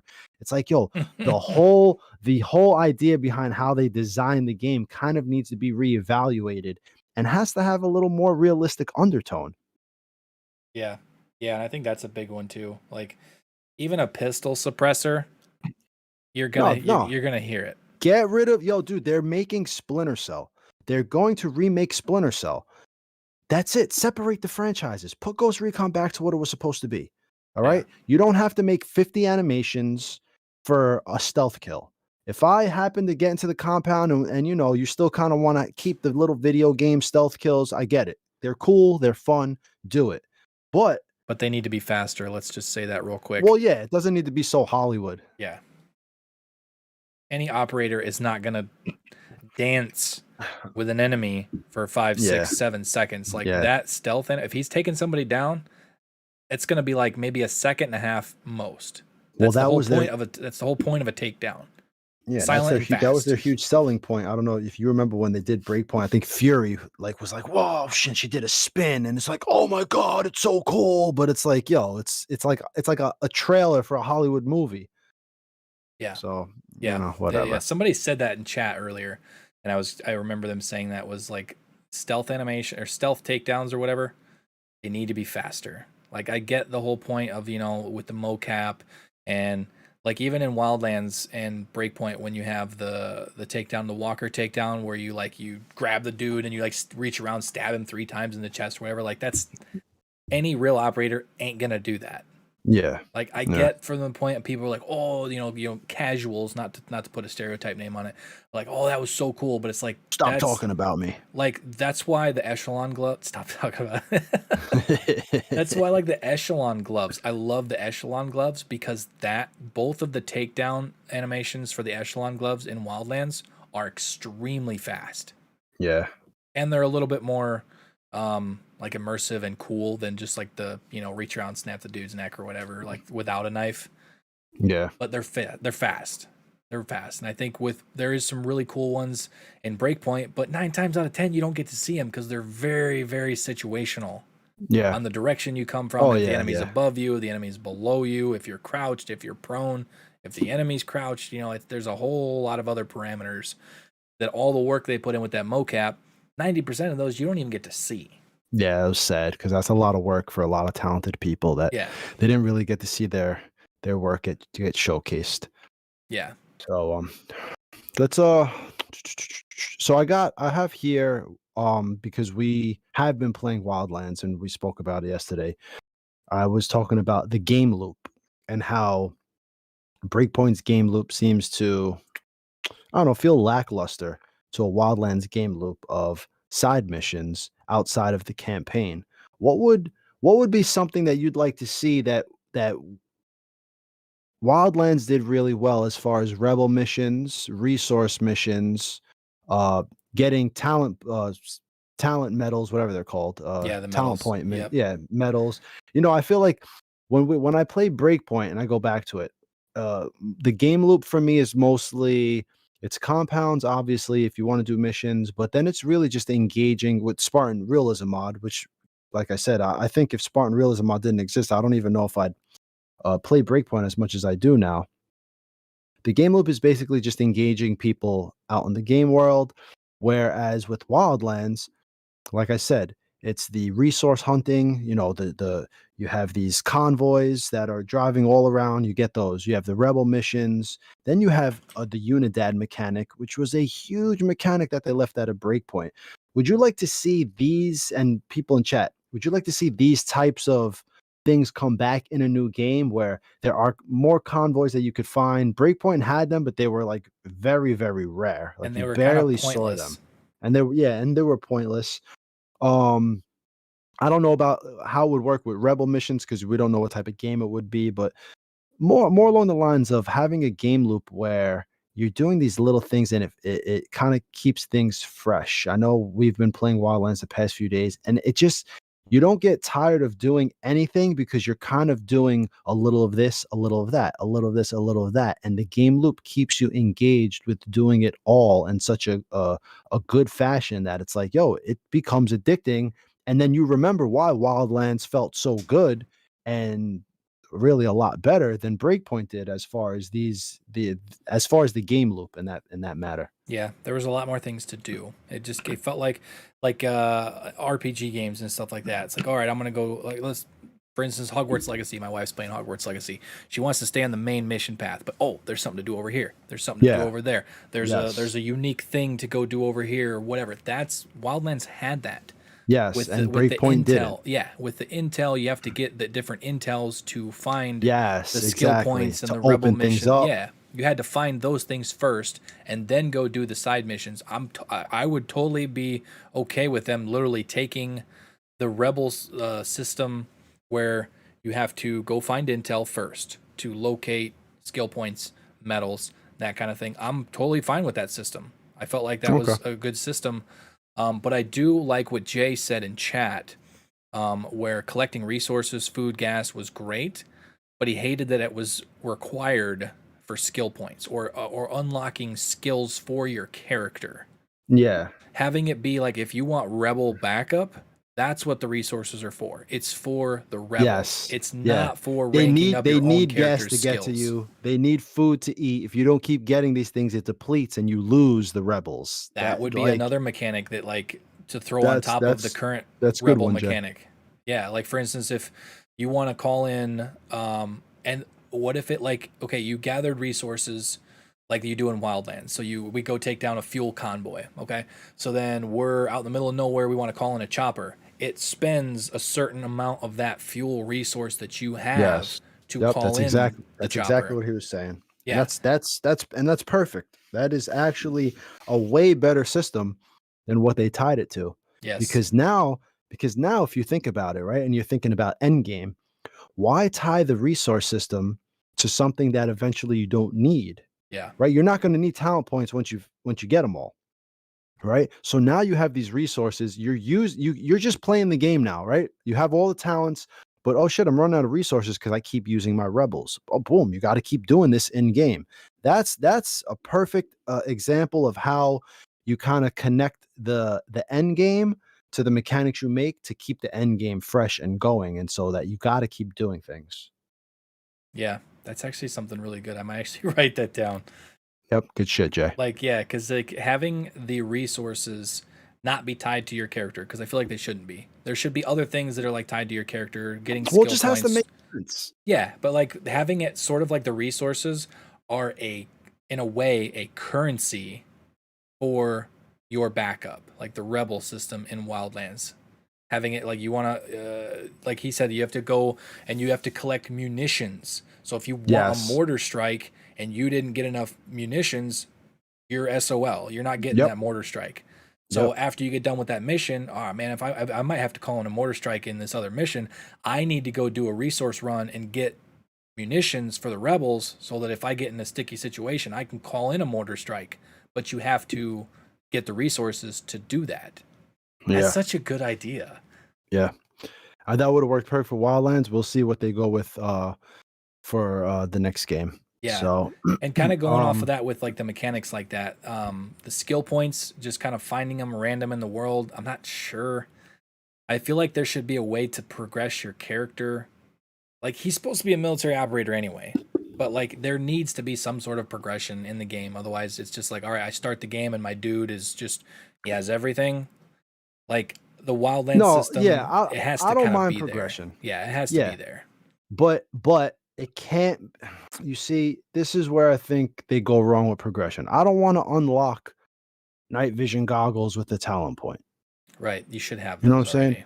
already. Yeah, there are certain things where it's like, look, I understand it's a video game. There has to be some type of progression system. I do understand that, but yo, why can't it be tied to? All right, I have an M4. If I use this weapon system day in and day out while I'm playing, my sway gets less. Maybe my recoil gets less. I become more efficient with the weapon. You know, maybe there are ways to tie in progression, but just not with a system where I put a talent point in and now all of a sudden, I'm more bullet resistant, which we'll talk about a gear management system, obviously. But there's got to be better ways to do it, so it doesn't feel, I don't know, I guess so cheesy. But then at the end of the day, guys are still playing video games. They're they're gonna figure out a way to make some type of system where you're unlocking things, and at Yeah, that that's point, it's the like tricky whatever. part because It might be a losing battle. Tarkov does that really, really, really well. But now you're really kind of leaning a little bit the other way, more towards Yeah, a milsim kind of. I mean, obviously not milsim because, but I guess the more you use a basic platform like the M4 platform, like you're saying, like for instance in Tarkov, if you use assault rifles a bunch, you do get better at reloading. You do get better at recoil yeah. control, stuff like There that. you As go. you use those things, like that would be a cool system. I would be okay Yes. with that system instead of, you know, having an ammo capacity. Like for instance, that's the one thing. Like in Wildlands, we try to get ammo capacity. We got to get skill points. We got to get resources. We got to up our ammo capacity. That shouldn't be based on a skill tree. That should be based on your gear. If you Yes, want to go in exactly. with a boatload of ammo, you're not going to be as nimble. You're going to be Mm-hmm. slower. You're going to have more Mm-hmm. weight on your character, and that's opening up a whole nother can of worms. But Might as like, well get right into it. but like, yeah, if I'm gonna be super stealthy, I'm gonna be going in there. I'm gonna be very, very efficient. All right, I'm gonna just take like 3 mags. I'm gonna have the Yeah. mag in my gun and 3 backup mags, and that's gonna be enough for me because I'm very accurate. I'm gonna be very, very consistent with my shots or whatever like that. I don't need 200, 250 bullets in reserve. I just need a few mags. So now I'm gonna be a little bit, more nimble, whatever kind of stuff like that. Well, and that goes into now discussing. Okay, I have there's a gear management system. I want 3 max. Let's say, like what you said.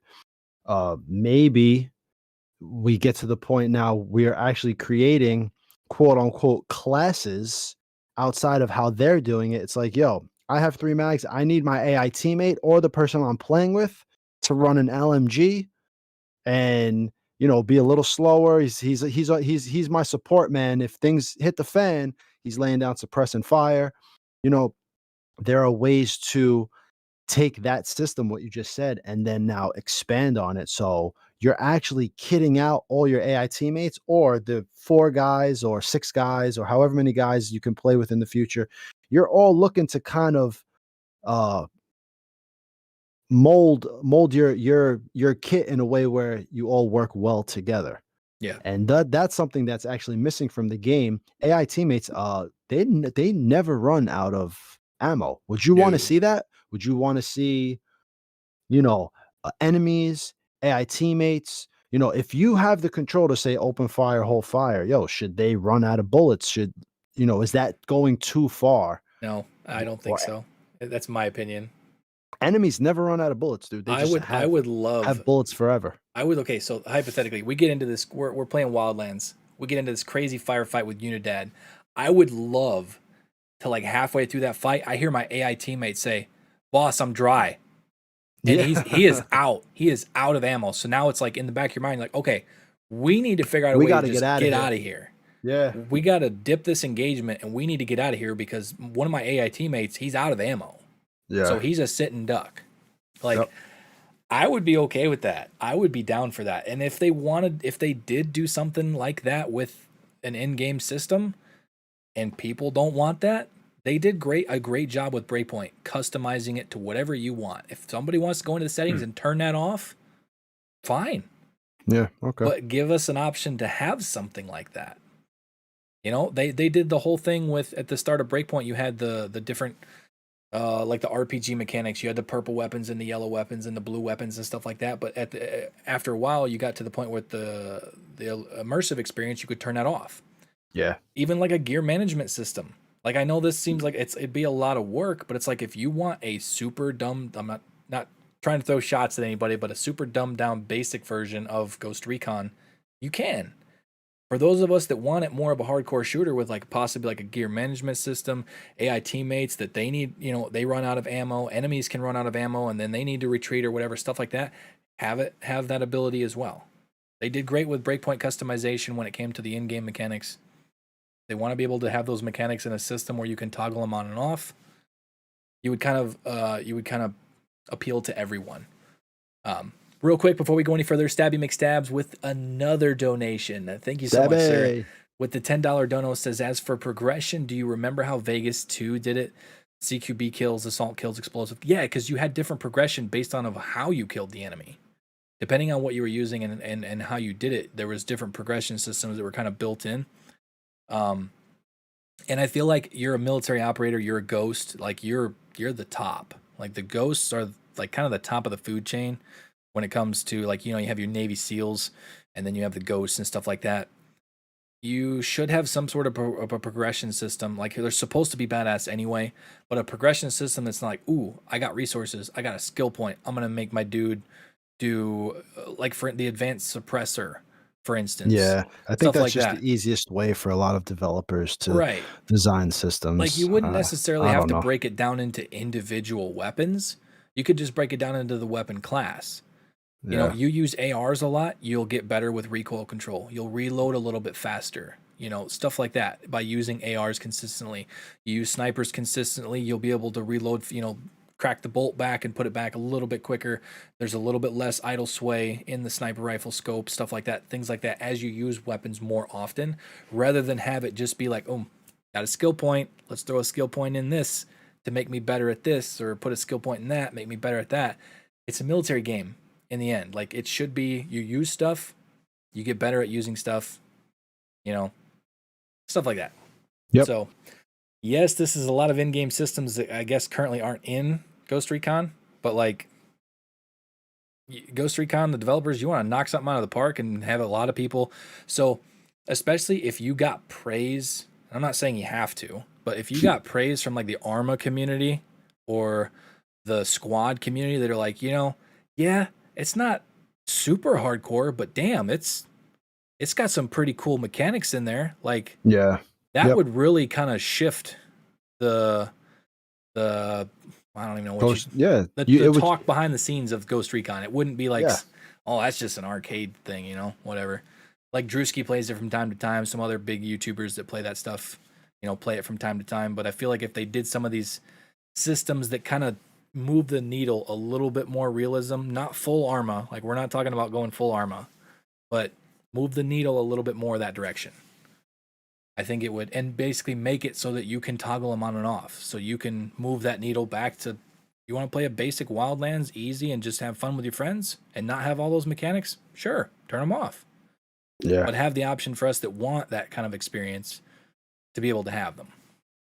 So, Penguin Overlord in the chat. What's up, Penguin, buddy? what up, brother? Cyberpunk does something similar with weapons and techniques where if you use them more often, you get better at them, doing more damage, reloading faster, etc. Yeah, there's a lot of games. Like I said, Tarkov does that really, really well. That's one of the basic progression systems in Tarkov. The more you use specific gun types and specific guns for that matter, you get better at those specific guns, better reload, better recoil control, better idle sway, stuff like that. So definitely some mechanics that I think would do the Ghost Recon franchise good, rather than just, hey, I got a skill point. But it all depends on what direction they want to do with the game design. So, all right, what's next? Oh man, what would be next? Well, I have here. I have an entire list, bro. Should I just keep going? Yeah, go ahead. Hell yeah, dude. All right, so we got game loop, but we basically summed up their gear management system. We don't have to go into depth there. I think a lot of us want that. What gear you put on matters, etc. All right, but now here's something else as well. Now, backpacks. Do people do we want to move away from cosmetics being cosmetics? Do we want to actually, with this gear management system, have backpack sizes, and you could only carry a certain amount of items within that, and that determines, like you said, weight and all that. Also with backpacks, this is something that I would like to see. I would like to see, when you let's say you open your item wheel, let's say you have 6 grenades, there should be grenades on you. These items should be on you, and as you use them, they should uh be used. And if you want to use more in game, almost like a The Last of Us 2 system, in game, you would have to take your backpack off and get whatever you want out of your backpack. Is that something people would want to see, or do people just want an infinite amount of stuff in their inventory that they could access at any time? Basically, what all video games do. I mean, Grand Theft Auto. I'm gonna just pull this rocket launcher, even Breakpoint. I'm gonna pull this rocket launcher out of my ass. I'm gonna pull this out, and just shoot it. Like, if you want a rocket launcher, should it be on your back? Should it have, 1 missile, 2 missiles, 3, whatever? And should it have a weight to it? If you run out of grenades, like quick throw grenades, boom, boom, you threw 3 grenades. Oh shit, I have no more on this vest, but I have 3 in my backpack. In game, should you have to take the backpack off, like in The Last of Us? Maybe grab those grenades and it kind of refills your vest. You put it back on. You ran out of magazines on your vest. Maybe you have 4 more in your backpack. You have to take it. Like, do we want to get to the point where we're doing everything like this in these types of games, or do we want these systems to kind of operate how they always have, like a Breakpoint, like a Grand Theft Auto, where you just kind of open your item wheel and everything is there and you just use it? So I feel like the gear management system with backpacks, functional backpacks, where you would have to take them off, and I don't know if you'd have to like get the individual items, so you would have like an inventory system. Have you played The Last of Us? No, or at least seen it? Does it, like when you take off your backpack, do you see like an inventory system, or is it like another item wheel? It's like, let's say it's like an item wheel, right? But you're in game. But there's an animation for it. There's like, an animation I ran where out, I get my backpack, and then you have another item wheel, and that's the item wheel of things in your backpack. But you can't just magically access that item wheel. You have to physically take the backpack off to access said item wheel to move things to an inventory slot that you can use on the move. So let's say I think if they did it with a wheel, I'd be okay with that. Yeah. So in Breakpoint, let's say you only have a certain amount of slots. Like your mines, if you want to replace the C4 with mines, you have to press pause. Now you've paused the game. Now you're in a menu, that just swapping totally things immersion, out. Yeah. Right. So should it be where it's like, okay, I don't have mines on me anymore, or I don't have, frags, but I have some of them in my backpack. Like, should the backpack actually be a backpack? Whereas in Ghost Recon, all it is a cosmetic. It's like, oh, this backpack's cool, I'm going to put it on, but it does nothing for the game. I would personally, I think that would be cool. Functional cosmetics should have been done long ago. I mean, I think a lot of people like it. Ground Branch is like, I would call that an indie game. And if you depending on if you pick grenades or flashbangs, they physically attach to your chest rig. Yes, that's what I'm. That's same thing with magazines. If you have like, for instance, like a molly harness in Wildlands, only holds like I think 2 mags, or maybe it's more. But for instance, if you have a high capacity vest, adds weight, but it allows you to carry 6 extra mags. If you want to go with like a molly harness, a lot less weight, you only have 2 magazines to access on your chest rig if you wanted to put a couple more in your backpack or something like that. And I think depending on the backpack, I think that'd be cool. And even if they simplified it by making, okay, I run out of things on my character. I had a flashbang, I had a frag grenade, I had 2 mags on this molly harness. That's all I had on my character. I felt like I could get in, get out with those things. Crap, I'm in a sticky situation. I got a backpack. You physically take the backpack off real quick. It opens another item wheel. Depending on the backpack size, you have a small backpack, it's got 4 extra items. You have a big backpack, it's got 8, 10, 12 extra items in a wheel that you can access those items and re-equip your character with those. And now you're... Yeah. Keep going. Yeah, no, that would be cool. I think that would be cool where depending on what you equipped, it mattered. Yeah, and now you're looking at, okay, I'm rolling out like this, and my partner is going to put on the big backpack, and he's going to have all the extra stuff that we need for the mission. And so, like, yo, I'm out of ammo. Let's say it's an AI teammate. He's the pack mule. Yeah, even what he has matters. Now you got to call your AI teammate back to you. And now you're close enough to open up that menu in game, no pause. It's still, bullets are flying. You guys are behind rocks. AI teammate comes back to you. You're close enough to access what he has in his backpack. Like little things like that, I think could do a lot for gameplay. But I don't know if, you survey 1,000 gamers and they're like, I don't want to do that. I just want to press pause and pull out a rocket launcher out my ass and shoot 5 of them in succession. Right. It's like, Yeah, I've talked about that multiple times. So like in Ghost Recon Wildlands, for instance, if there was a system like that, like you can't just like in Breakpoint, there's a lot more things that you have on your character at all times, but there's only so many things you can fit in the item wheel. So yeah, you pause the game, you go in and you switch something out into your item wheel. That system isn't there in Wildlands, so you don't really have that problem. You have access to everything. So if you unlock C4 and mines and flashbangs and grenades and all those things, you can just kind of cycle through them with the click of a button. You have everything on you. You have everything. But immersion breaking things, they need to clean that up. It's in my opinion. That goes back to, what about the mini-map? Right. That's what I was. I'm getting there. I'm getting there because that's what I was gonna say. I've talked about this multiple times, and somebody in the chat said like a Metro Exodus backpack system. So I don't know about the Metro Exodus backpack system, but I know the Metro Exodus map system. So when you push and you open your map, you physically take out a map. Yeah, and you physically look at it in game. So in Wildlands, for instance, have it be some sort of like a tactical map. Kind of like, for instance, Sea of Thieves. We go over to the map. It's a map on the captain's desk. Yeah, and then you can scroll around the map, but it's not, I'll pause the game, go into a menu, or click M, and it opens up a menu, and you're looking at a map. You can't just look at the map. Breakpoint had way too much of, dude, especially with gear score and all that. In the beginning, we were in a menu the entire game. Yeah, have it so like for instance, if it's nighttime, like dude, give me the bells and whistles on the top where you turn on that little flashlight that's like hooked to your molly harness or whatever. It's kind of like a little like gooseneck flashlight. You just turn that on that kind of shines down on the map. Maybe not that far, but if you open the mini map or you open the tac map, have it be a physical thing. Keep us in game. Keep us in game. Like I've seen that. Metro Exodus does that great. Like when you pull out a map, you physically pull out a map and you look at it. Yeah. Like cut down on the immersion breaking things, and I think a lot of people would appreciate. They might not know that they would appreciate it until it happens. Oh, dude, I'm looking at the minimap and I'm still here. I still see the ground, past the minimap. I'm not in a menu. Yeah. I'm actually I'm looking at the minimap and I'm still in the world.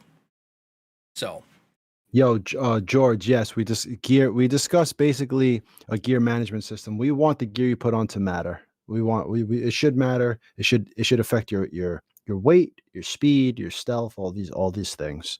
How about weapons and audio? Better weapon sounds, suppressed, unsuppressed, better sounds when in gunfights. I know my Arma boys out there who I play Arma with. I'm a big fan of the cracks and snaps and the audio sounds in Arma. Yes. The mods that did a really good job. I don't know if that's JRS, whatever mods, these guys will know. A gunsmith, I know people want more in-depth gunsmith, more attachments. What do you have to say with all those types of things, weapons and audio? So with the audio, I know one of I don't personally own Arma. Everybody in the chat, I don't have Arma. Okay, I have DayZ. I have DayZ, made by the same company. Arma was kind of from like DayZ mod way back in the day. DayZ mod was off of like the Arma 2 mod and all that stuff like that. But that was one of the coolest things in DayZ. Like you would hear, like for instance, in that game, the way the distance works and the weapons work, it's Arma. It's the same company, the same kind of tactics or whatever. You get shot at, you hear the bullet like whiz by you, or it snaps on the way by, and then like a split second later, you hear the actual gunshot, in the distance from where it came from because you're so far away. Yeah, The that's bullet goes dope. by you before you hear the shot. And even when you're not in a fight, you're just like, you're just exploring, you're doing some stuff at your base or whatever in DayZ, and you just way off in the distance, you hear like an M700 go off. And you're just like, that you can tell that it packs a punch, and it's like the directional audio, the way the weapon snap is when the bullet snap is when it goes by you. If it misses, obviously if it hits you, you ain't gonna really hear the snap. But Yeah. yeah, and I think with weapon audio, making guns sound like more with more oomph, I guess. Like the Breakpoint update with Operation Motherland, they had a handful of weapons that like sounded really good. They Yeah, sounded really it was good, it but was an improvement. yeah, but I think it's like if you're gonna do that, you need to go to a range, set up like 10, 12, 14 microphones, make it sound like it's supposed to sound. And I feel like people that, your average Joe's, a gun's a gun. You get people that, they shoot guns. They've shot guns Yeah. before. They're gonna be like, yo, that sounds really good. Yeah. The bass, Yep. the reverb, whatever. And depending on what environment you're in, I know Call of Duty's actually done pretty well with this recently. If you're outside, gun sounds completely different than if you're in an enclosed space. Mm-hmm. Like the way the reverb works and the bass and whatever. Like make it so that depending on what you're in, and this is a whole lot to tackle if you're the audio team, but they might be surprised on how much people would take note of that Oh immersion yeah. wise if it Yes. sounds good.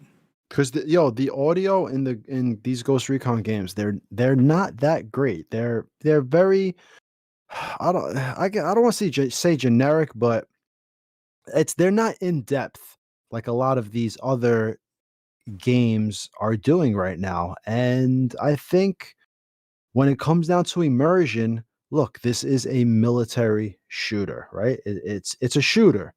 And the better audio you have, the better it's going to feel when playing the main mechanic of the game, which is shooting.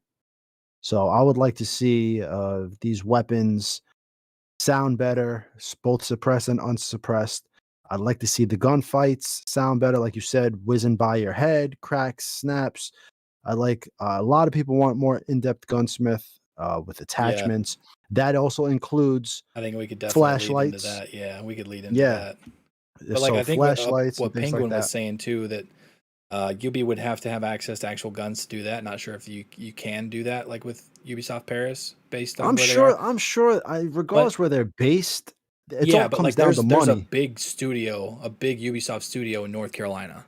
Oh, I there think you it's in go. Raleigh. It's in Raleigh, North Yeah. Carolina. Like they could literally send a team out to a range and be like, "Yo, Yeah, we're gonna get Stabby. a boatload of guns. We're gonna set up, Yeah, 20 cowboy. microphones in different environments, stuff like that. And we're gonna record a bunch of sounds and have professionals come out. Yes. Like Red Storm, one of their big Red Storm studios based out of North Carolina. Like get Red Storm and like then you have a big catalog of weapon audio that you can use in more than just Ghost Recon.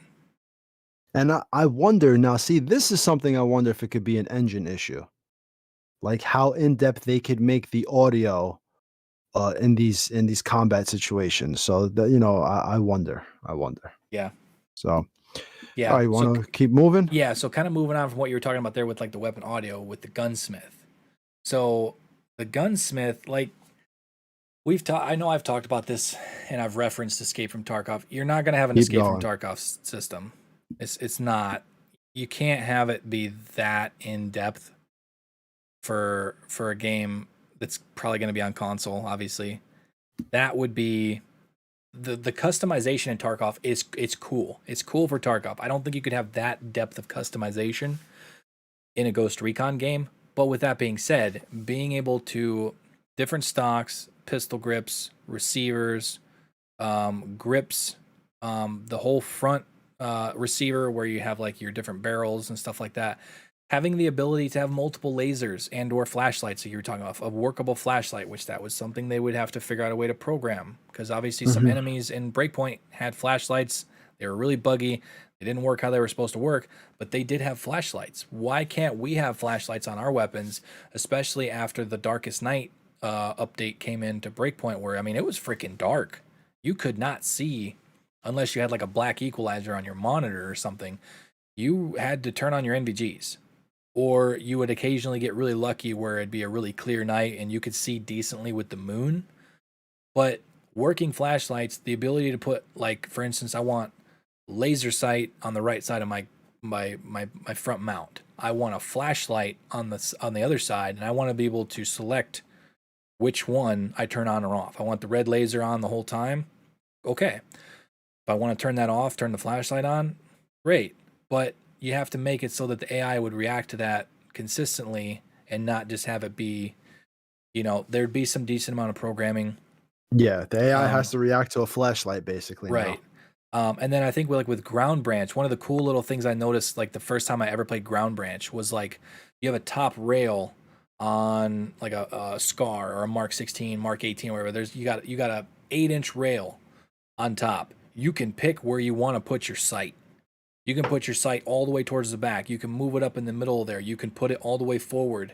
You can, like I said, you can move it to the back and then mount a laser in front of the sight on the top of the gun. Like in Tarkov, there's a lot of guns that you mount a laser in front of the scope on the top rail because the scope sits up high enough to look over it.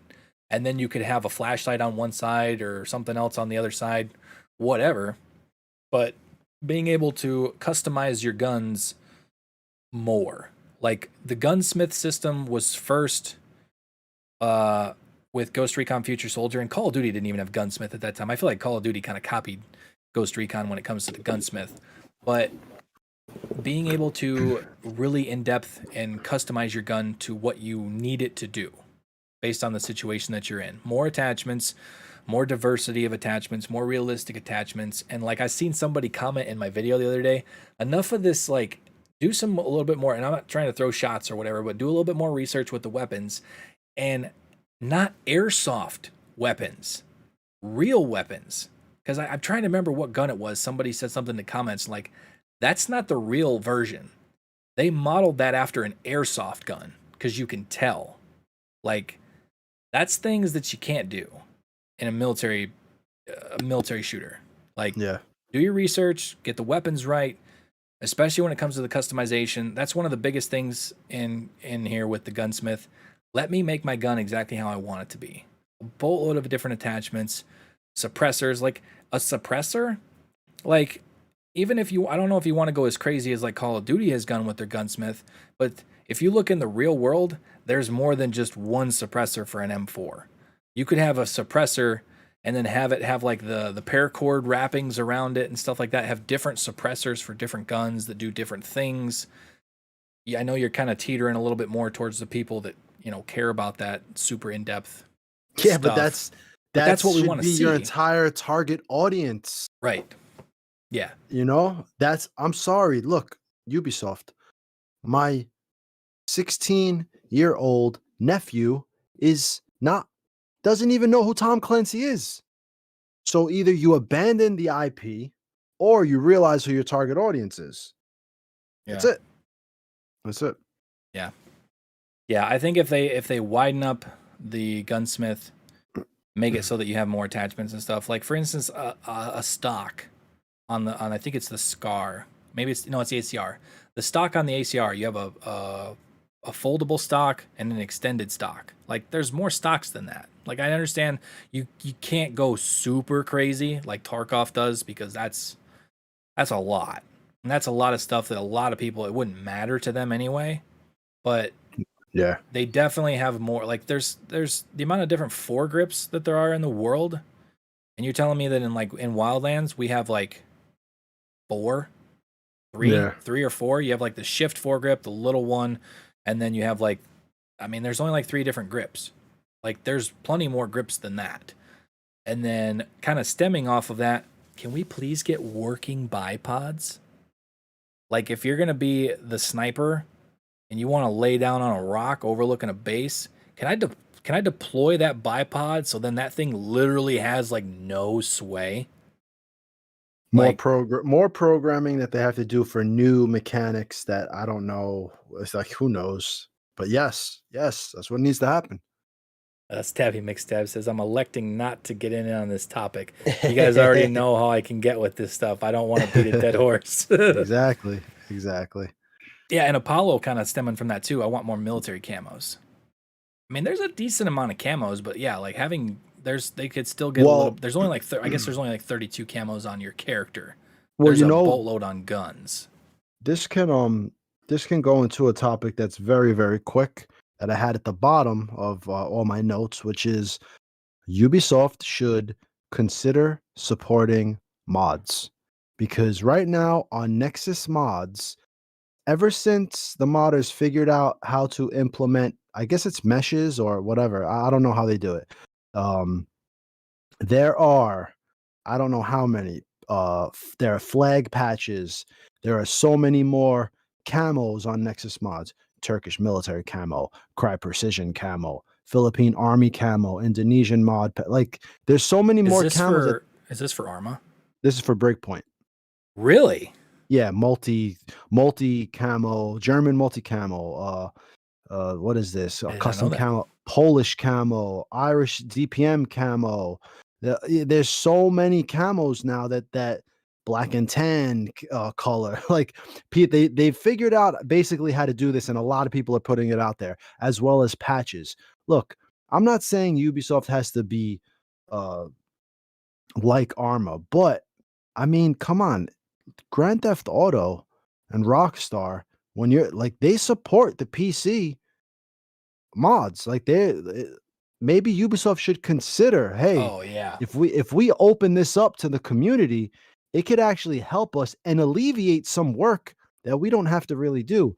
Yeah, guys, go ahead.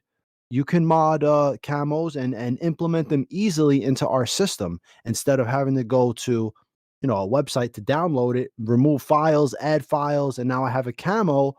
It's an idea, especially Spartan Realism mod, all these camos. There are people out here who want to make the game better or even tailor it to what they feel they'd like to see. And if more companies are open to letting people who, we all have computers, the majority of us are competent in this stuff. We just don't do it for a living. If you just open this up to people, you could literally allow thousands. Yeah, you could allow thousands of people to actually help in your development with the little things, and that could really, I feel like, help a game like Ghost Recon, where it's like, yo, not only has Ghost Recon done this, and that to bring it more in line to what people would want in a tactical shooter, yo, Ubisoft is opening it up to certain types of mods and this and that, and it's really cool. It would get some notoriety in the industry, I think. But yeah, especially when you compare that like Grand Theft Auto. Grand Theft Auto is one of the biggest selling games of all time. I know, right? And the amount of things you can do in that with mods, and they're just like, yeah, go ahead. Like, if you go on Twitch, role play Grand Theft Auto RP is 1,000 times more popular than the Grand Theft Auto 5 vanilla. Yes, like exactly. It ain't even close. Yep. And the different things that they can put in there with, like, I know there was one time where I just like randomly jumped into one of Summit 1G streams, and my dude is going around towing cars. That's his. He's a record driver. He's going around towing cars in roleplay to make money to go buy a car to go street racing. There you go. Like, obviously you don't have to do that in Ghost Recon, but like, no, but it would be within its own, Yeah, open it up to mods. Like, make it, or at least make it so it's a little bit easier. No, they should consider it. They should consider, especially now with what happened with Breakpoint. A lot of things blew up with Vandar in this Spartan Realism mod. And if you look at Nexus mods now, there's so many camos. So it's like, look, man, you got to get to the point where you realize the way to move forward, especially for PC gaming, you got to let people mod some things in your games, man. It breathes life into it, longevity. Imagine a 3D artist right now who's out there, and it just doesn't it like they just want to make cool military 3D artwork, character artwork for a Ghost Recon game. And they're like, yo, if there was a documentation on how to do it, this, that, and the other, imagine the types of stuff. Okay, yeah, this person added this model and you could bring it into the game. Like, there's so many different ways to open up these games to the public to let people just help push your game out there. Oh shit, look at this mod, look at that mod. I'm gonna add this, I'm gonna add that. Anyway, Yeah. You want to talk about moving forward with in-game dynamic changing Operation Motherland mechanics? What do we expect to see within the next game? I know Drewski hit on this. Yeah, I feel like if, like I said, if they are making another game, obviously with the Tom Henderson leak and stuff like that, I almost feel like with Operation Motherland, if they are making another game, Motherland could have been like a, hey, let's test this, and see how it works. And I think it worked well. It did. And I think that was really, I give him a lot of props. Yeah, I think that was in line too, like with Drewski, that video that Drewski put out where I think he kind of made it so it was like you had a mission where you had like 10, 12, 13, 14 other ghosts or whatever, but like you have to tackle this objective. But to even do that, or you're at least gonna make it easier on yourself if you go knock out the communications tower. So now they can't call for backup, or you go and you take out something else, the surveillance or an alarm system, or that channels power to the base or whatever. You do these other things. It's like, yeah, I guess if you want to go in there and you want to try to take down this base or complete this mission, and it's like everything is still operational, it's going to be hard. It's going to be really hard. Or you can do this, what Motherland is. Yeah, you can do these other things, and it's going to make it a lot easier on you, but you got to put in the work to do that. So let's hope they build on this system, whether it's like electric grids, maybe an electric grid puts out the lights in a province. I don't know. Radios. I know he was talking about that. Can they communicate with each other if you destroy the radio tower? There's a lot of things they can go with, but I think Motherland was a great first step.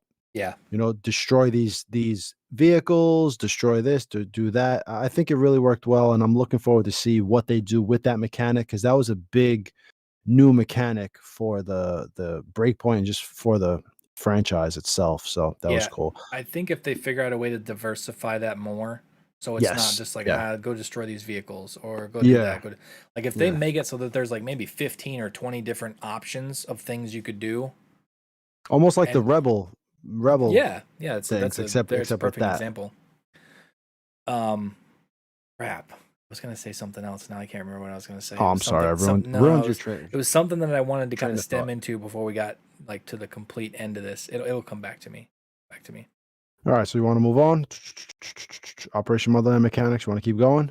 Yeah, we can. All right, you let us know if you remember. Sorry for I messed you up there. No, you're good. All right, so next thing I have is something we talked about, which is control points. Okay, controlling that's what territories. That's what it was. That's what it was. So, because we've talked about this multiple times, and I know we've kind of talked about it in tactical roundtables before too, but this is something that would give you more things to do every time you got on the game. Yeah, Jay, exactly. So, like the Division 2, one of the cooler mechanics in Division 2 was the control point system. You had to take over territories from enemy factions. So let's use Wildlands for an example. You clear Itaqua, very first region in the game. You clear Itaqua. You have full rebel support in that region. Yada yada yada. But you clear Itaqua, but you also control the quote unquote control points. Correct. Okay, yeah. So now you can fast travel to all the rally points in Itaqua. You can call for full on rebel support. You know, all that good stuff. But you move to a different region, you don't have control of that region. You can't just fast travel to that region. The rally points, you can't fast travel to the rally points in that region until you take over the control point, or instead of it being a control point, have it being like an FOB, a field operations base that you have to take down to gain control of a region. Or if you even wanted to break it up into multiple compounds to gain a region, like you couldn't just take out one, you had to take out multiple, whatever, however they wanted to do that. Could be different types of control points. Yeah, but do something like that so that once you do that, you can even if they had like a neutral system, so now it's not enemy controlled, but you don't have a foothold in it either. Yeah. Yet. And to get like full on rebel support, it cannot be enemy controlled or something like that. Make it so that there's a reason to go through and liberate these provinces, not just take down the boss and then it's that way forever. If you clear a territory, you liberate it, it's yours, you control all the points in that, and you move on and you're doing missions in another territory, there's a chance that you could lose control of the one from before. So AI is fighting AI. Yes, AI is trying to take it back. And if you lose control of that region, all of the rally points in said region are gone. Again, you can't just fast travel in there anymore. You have to take back that region to gain access to the fast travel points.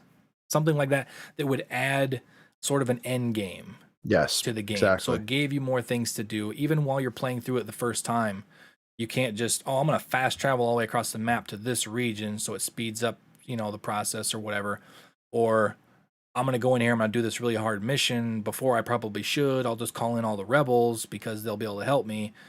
You can't do that if it's an enemy controlled region. Like, you can't get the full backup of the rebels or something like that. Make it so that there's a little bit more progression with the open world, similar to how the Division is. So I think there was a decent amount of people that enjoyed the control point system in the Division. Yeah. So, well, and Jay makes a good point here about having almost like an honor system like Red Dead, where if you, let's say, turn off the power grid for a certain province, perhaps if, let's say, for Wildlands, the rebels kind of you'd lose favor with rebels, or civilians wouldn't give you intel because perhaps now word has gotten out that you're ruining their way of life. That would kind of be the only way I could see that working, Jay, would kind of be like an honor system, right? Where it's like good honor, bad honor. That's interesting point. yeah. Okay, so we have the control points. That's something we would also like to see. And smart realism mod. Some things that I saw people talking about was enemies with night vision that work. Jay said before, smoke grenades. We need to see smoke grenades. I think Jay had a good point there too, right then. Yes, the civilians start snitching when they see you. Oh, that's interesting. Imagine so if you go in and you piss off the rebels, or you piss off the locals or whatever, that you go in there and then all of a sudden it just says like detected or hunted or something, and it's like it's the common folk are snitching on you. Yeah, I think that would be like Needless says there. Definitely the open world needs to be more dynamic, and that would definitely fit right into that. A more dynamic open world, more things to do, more immersive elements like that.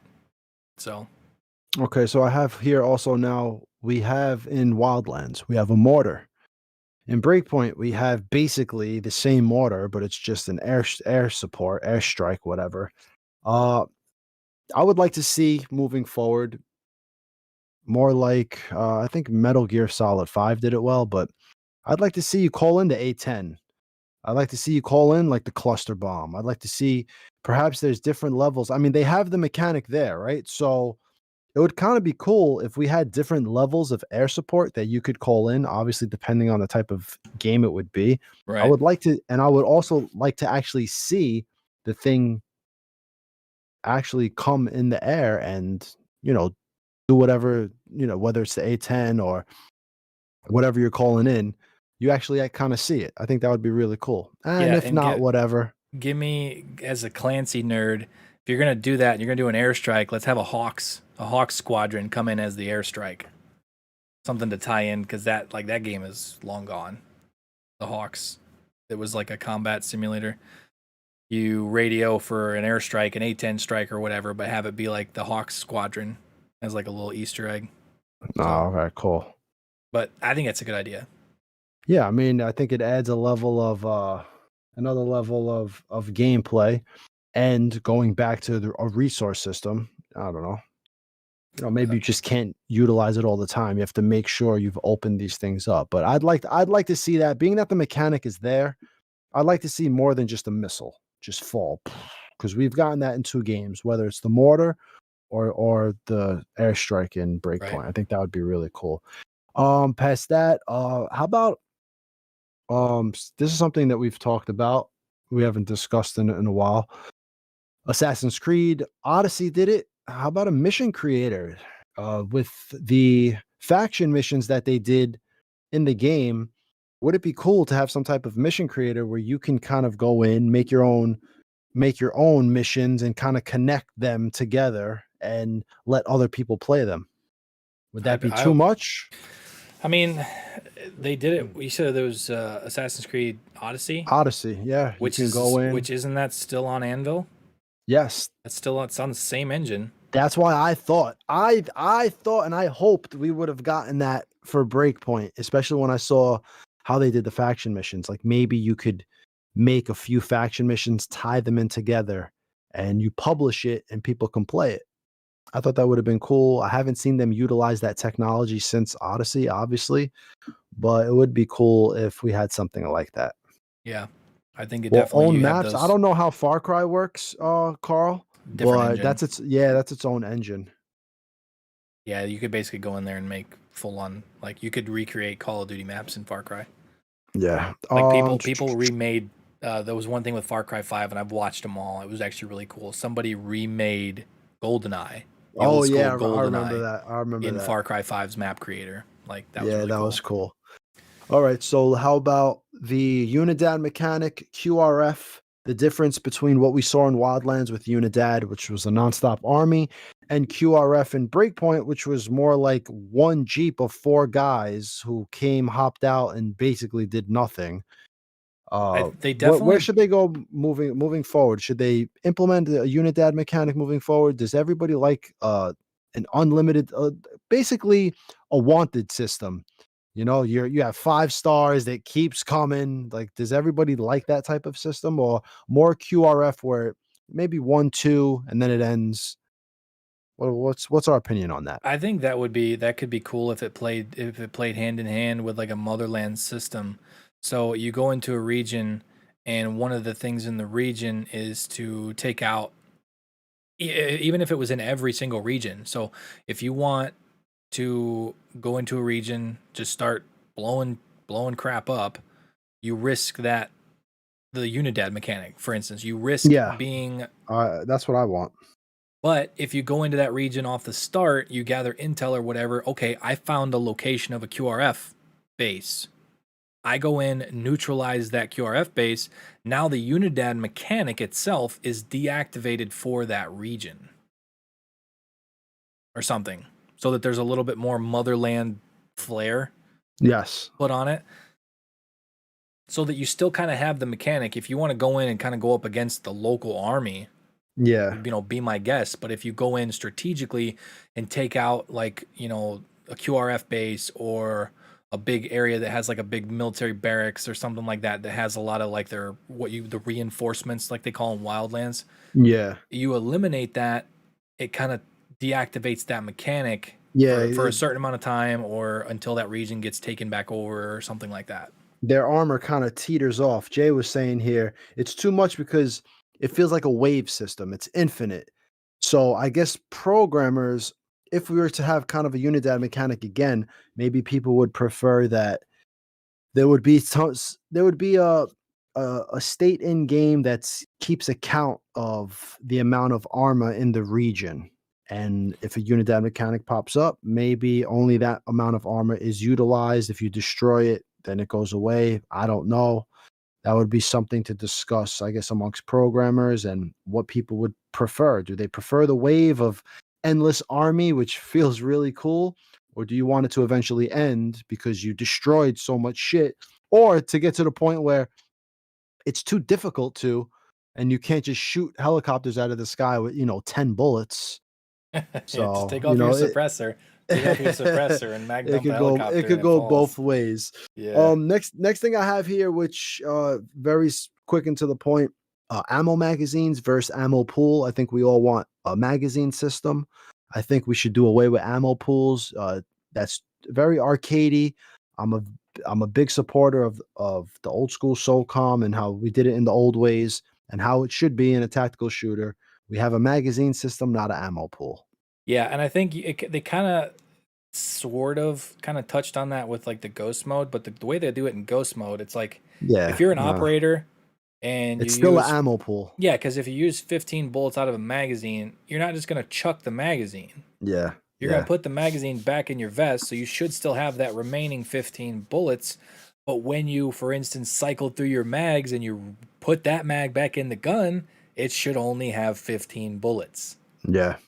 Yep. Like, I'm not sure how they would be able to do that with like an animation or something, because you basically have to pack your mags or something like that. But you go through your ammo and like you half reload a mag. You get like 10 bullets left in the magazine. You reload. You got a full mag. You cycle through your full mags, and then you get back to the first mag that you put in. Once you put it in your gun, it only has set amount of bullets in it that you left it, Yep. instead of it being an Exactly. ammo pool. Yeah. Oh, Agree 100%. agreed. Next I thing, concur. Jay had said this before. Smoke grenades, Ubi. We need smoke grenades. Yes. I know obviously it's an AI issue, which is why I know probably we didn't have flashlights as well. There's a lot of things they need to flesh out with the AI. Smoke grenades is one of them. It's obvious because if we threw smoke grenades, AI would probably see us through the smoke grenades. Therefore, they don't implement smoke grenades, but they should kind of figure that out and get them in there. Enemies with night vision that work. When they brought in Ooh, yeah. the Seekers had night visions on their head, but it was just cosmetic. We need to move away from this model of creating things that are just cosmetic and actually have enemies out there in the night with night vision that see you, so you know, oh shit, those guys have night vision, they might see us. And I don't know, you have anything to add? I know the last video I made, I talked about doors. I'd like to see doors. I'd like to see back destroying lights. I want all lights to be destructible again. I talked about ladders. AI is broken with ladders. They need to fix that. We talked about flashlights. Gore. I would like to see gore. Did I say that before? Limbs Nope, being not yet blown off, tonight. things like that. Yeah. Yeah, I'd like to see gore. I talked about supporting the modding community. That's we basically went through a lot of stuff. Is there anything anyone can think of that they'd like to discuss? Anything you could think of, A Squad, that we might have missed? I mean, just to kind of I know touch on there's a the lot of good things in chat. All you guys have yeah, been great. to touch on the gore Adding to thing this real quick. Like, conversation. the game's gonna be rated M for mature anyway. Like, Yeah, it's a yeah. shooter game. It's gonna be rated M for mature anyway. I want to Why see not? limbs blown off, Yeah, bro. why not I take it want to to see where limbs blown off. it's yeah. You know, the game is gonna be rated M.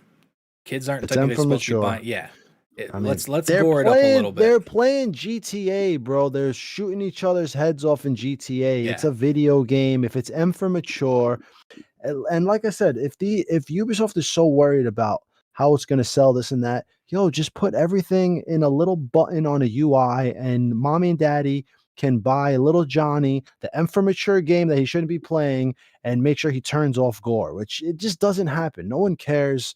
Make the game for adults like how we want it to be played. If you can do it, if Rockstar can do it, if all these games can do it, Ubisoft can do it. Look at, I know you haven't played The Last of Us. They do a great job with gore, and that's on console. and So it's that's not a a, mainstream. That's like a yeah, yes, it's not, so it's not a hardware issue. If they're doing it on console, so this is a choice that Ubisoft decides to do or not do, and I'd like to see that. The infinite ammo enemies, yes, infinite ammo enemies can allow the minigun to not be a marshmallow shooter. That yeah. would be nice to fix that. Yeah, anything you want to add? I don't. I mean, Jay said with the Unidad mechanic, maybe a fire team for, like, depending on the wanted levels, fire team, then a squad, then a platoon. You know, that's a good idea. But that's kind of like the wanted level a little bit. When you have one, maybe you'll get a truck. When you have two, you get a couple. Then you have three, the helicopter starts swarming. So it's very similar. It's just, they'd have to flesh it out yeah, to how to be more like that. yeah. I think, to be honest, I think it kind of we're right now we're at 2 hours and 16 minutes. We've kind of touched base on everything that I'm sure we're gonna be like, oh, we should have talked Yeah. about this. I'm Yeah. sure there's something we left out, but this kind of gets the basis across on kind of what we wanted to talk about in the live stream. And I think here at the Yeah, end, we hit everything now. yeah, I think we Want to could open kind it of up? open this up a little bit and basically just maybe for, I don't know, maybe Yeah, whatever. Play it by 15, ear. 15, 20 minutes or so. We can just kind of, if you guys want to throw a recommendation or a thought or a question or whatever in chat, Yeah, and we something we will might have kind of missed. we'll pinpoint it, kind of elaborate on it, and then Oh, Jay so said the yeah, ballistics. ballistics. So I mean, I guess we kind of went over that when we were talking about weapons and audio, and we were talking about distance of shooting. But I guess ballistics really is a more in-depth way of discussing. We want supersonic. I think Breakpoint did a subsonic. better job with the ballistics than Wildlands did. Wildlands, like What? we talked about, it feels like you're shooting slow motion. Yeah, it's so. I feel like I could dodge a bullet if I got shot with a Wildlands Well, see, bullet. that's I'd the have thing. You get shot at by an AI, it's like no. hit Yeah, scan. it's It's instant. almost like Yeah, hit scan. But like when I you're shooting at a know. target, it's just like, oh, I see the bullet. There it goes. There it goes. Oh, it's dropping. Oh, it missed.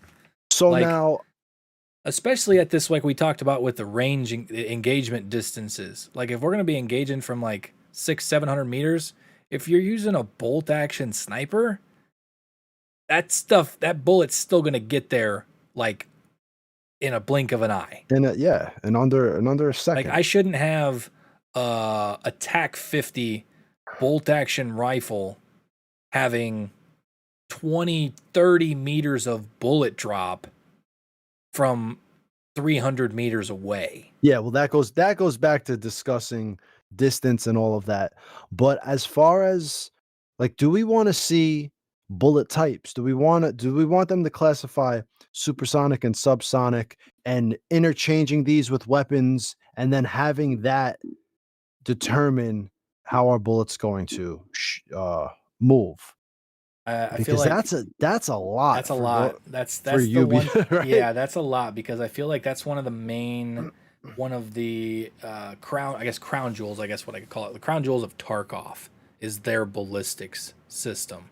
The different ammo types that are in Tarkov and Yeah, the even way they Cowboy said it. behave. Bullet Like, velocity should come into play.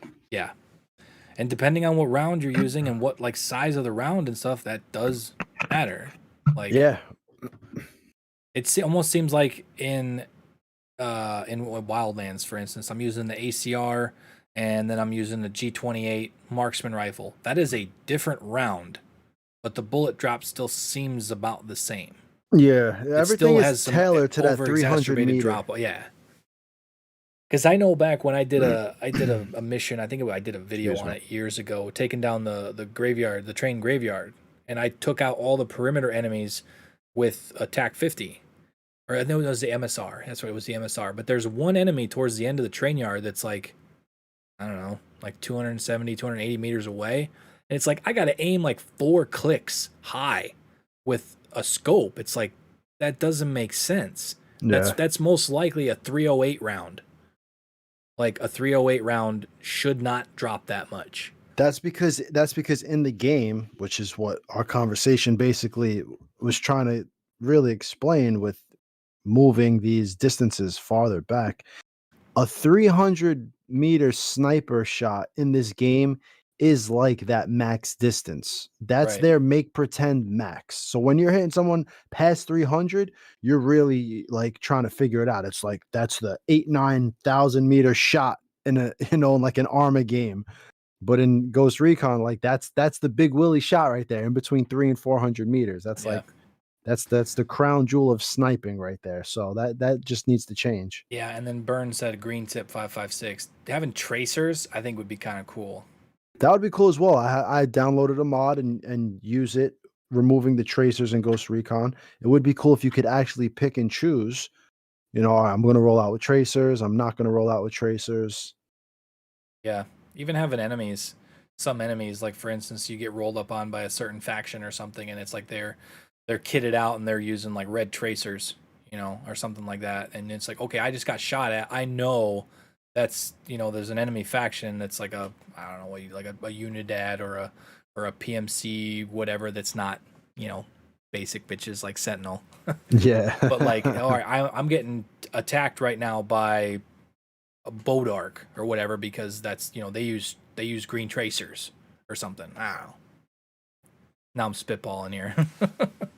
I'm trying to figure out what Dame Mixler was saying here. Go from trained soldiers, barely trained conscripts, militia fighters. I'm not. Basically, different enemy factions. So like different difficulties Oh, okay.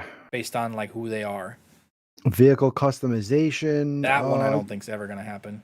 Yeah, I don't At think. its core, it's a tactical shooter. It's not. Yeah, I don't think most people really care about that. Like, what would you want to do? Like, customize what? One of the Lambos in Wildlands and Well, put yeah. rims on it? Like, yeah, now you're getting to a point where you got to think of it like this. Out of all the things we want in a tactical shooter, these people, they have to create all of these components. All of these systems have to be built in a game engine and work. So now you're taking time from developers to basically, like GTA, you go into, Los Santos, whatever, customs, I forget what it's called, and you put rims on this car. It's like that what you're talking about? Because I don't know, I wouldn't want that. Me personally, I don't really care. The vehicles in the game are to get from A to B, and they're situational. Do we need a chopper right now with weapons on it? Do we want to go by the river, by water, so we get a boat? Other than that, swimming underwater, Jay Lee, that's one that's one that people have discussed. Do we want water ops? Maybe a mission where there's a boat you have to swim under, plant C4 on the bottom. You have to actually board it. What about something like that? Do we Is want there something underwater like tactics in Arma? You can swim underwater, yes. That's a tough one. I don't know how much it would be utilized. That's the thing is it would have to be a kind of fully fleshed out mechanic that I feel like it wouldn't be as utilized. But you know what, dude? Assassin's Creed lets you swim underwater. So how hard would it be for Paris to do that? Yeah, that's true. I mean, even in Assassin's Creed 4, like Black Flag, dude, there was some insane underwater divings and stuff. Yeah, so it really comes down to do they have the ideas to push out missions?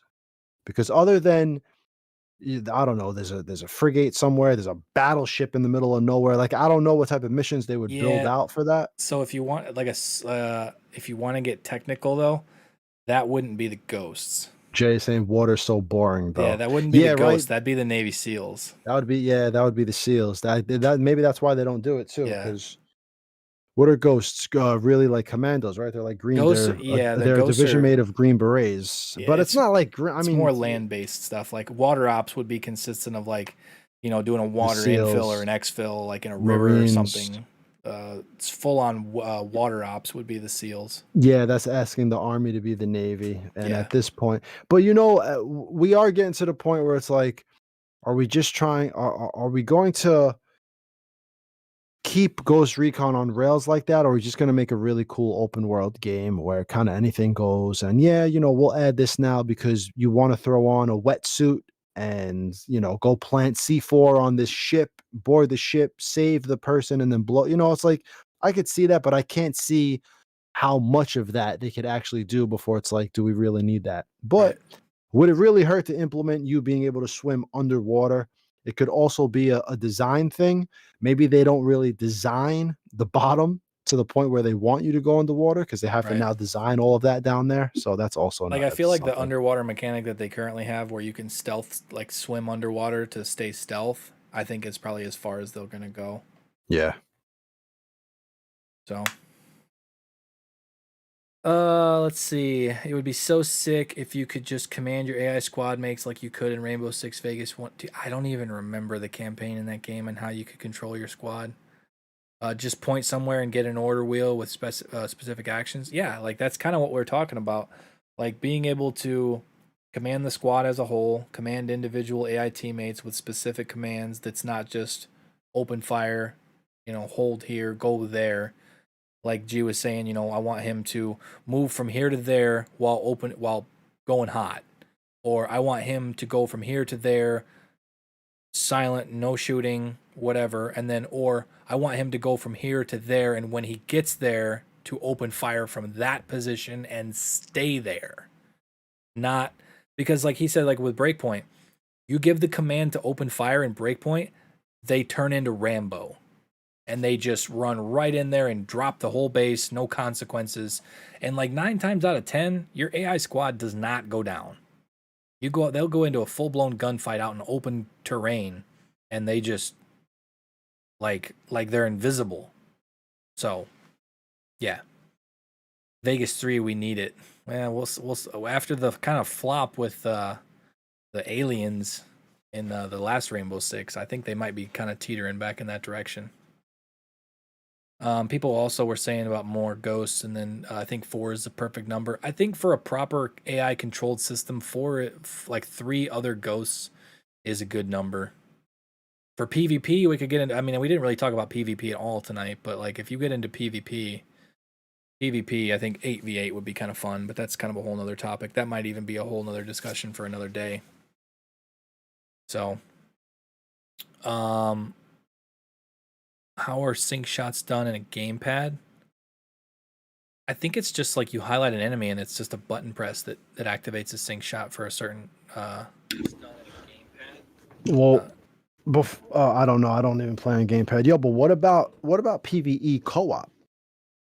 I know we might limit the amount of AI characters because maybe it's just too much to handle. But do they design a game around now six players?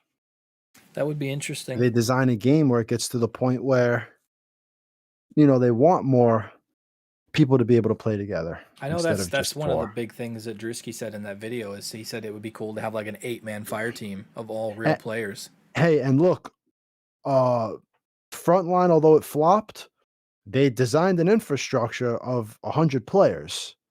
Right. So, you know, I don't know how much of this really goes from one team to the next.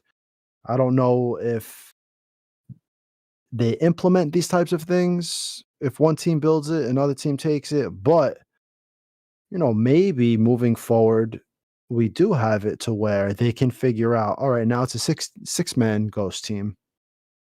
You know, who knows? And instead of, as far as AI, you send them out in twos. So yeah, you can control them the same way, but now they go out in twos together. It's like, all right, whatever. That would be like a workaround if you know having 6 is too many to control at once on a gamepad. Yeah, I think with the current system having like more AI teammates, the way the current control system, it wouldn't really change anything because you're kind of commanding them as a whole. Yeah, but we don't want that. I want, like I said, well, don't worry about micromanaging. I want to micromanage the shit out of my squad. Do we want repelling? Do we want a repelling system, scaling buildings? Cool, but it would be very situational depending on the map that they create. Yeah. I think when we move past, it says, bro, we don't talk about Frontline. I think when we move past like gear management, enemy AI, teammate AI, a dynamic world, some of the bug systems, weapons and audio, and ballistics and things like that, we start getting to the point where it's, you know, is this mechanic worth implementing over everything else we know that might be more important? So I would love to be in an urban area in a new game and I'm on a roof and I don't have to run down the stairs. I could just kind of rappel off. But then that goes back to the gear management system. Do we have rope? Is the rope, you know, infinite? Can we rappel off of every building? Every time you go out, do you have to bring that with you and you could only use it once? You know, that I think I wouldn't mind it. So yeah. It could be a situational thing, but it definitely would be like if, for instance, you had another piece of gear that you could have, like where, for instance, it would be in your backpack or something, and you wanted to rappel, you just like either that or you could have it in like one of your main slots, like it's hanging off your tactical belt, and it's just like a carabiner with a rope, like a tactical carabiner. You hook it on the edge of a roof, and like a rail, and then you just you rappel off the building. I think Jay made a great point. This is something that we've definitely spoke about. Perhaps when you're playing co-op, each player should have their own AI teammate that they could control. So now you have four players playing together, and each one of us have an AI teammate. So now there's really like, you know, 8 of us out there. Yeah, and it's like, yo, send your AI teammate this way. I'll send mine this way. We'll flank around this way. That would be really cool. Even in like a simplistic form of that, make it so that you're if it's they want to stay to the 4-man squad thing.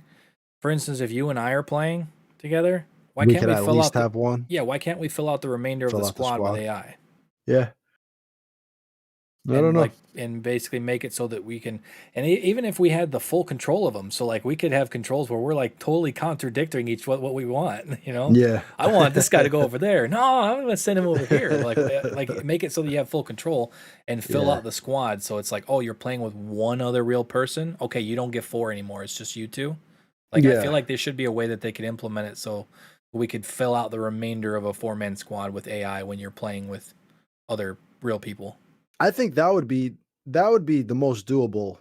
Like I don't think that would be too hard to implement for them. It's like, all right, if at the most 2 players can have another two AI teammates. Yeah, even if like whoever's the host, I guess, has control, but just having those extra squad mates in there for like a 4-man squad. If that's what they were that would building be from the cool. ground up, they're building it for a 4-man squad again. Okay, you have 2 real players playing. They should be able to fill out the remainder of that squad with 2 AI. Yeah, and they each get one. That would be cool. Yeah. So, about having vehicles with fuel, having to worry about fuel and vehicles.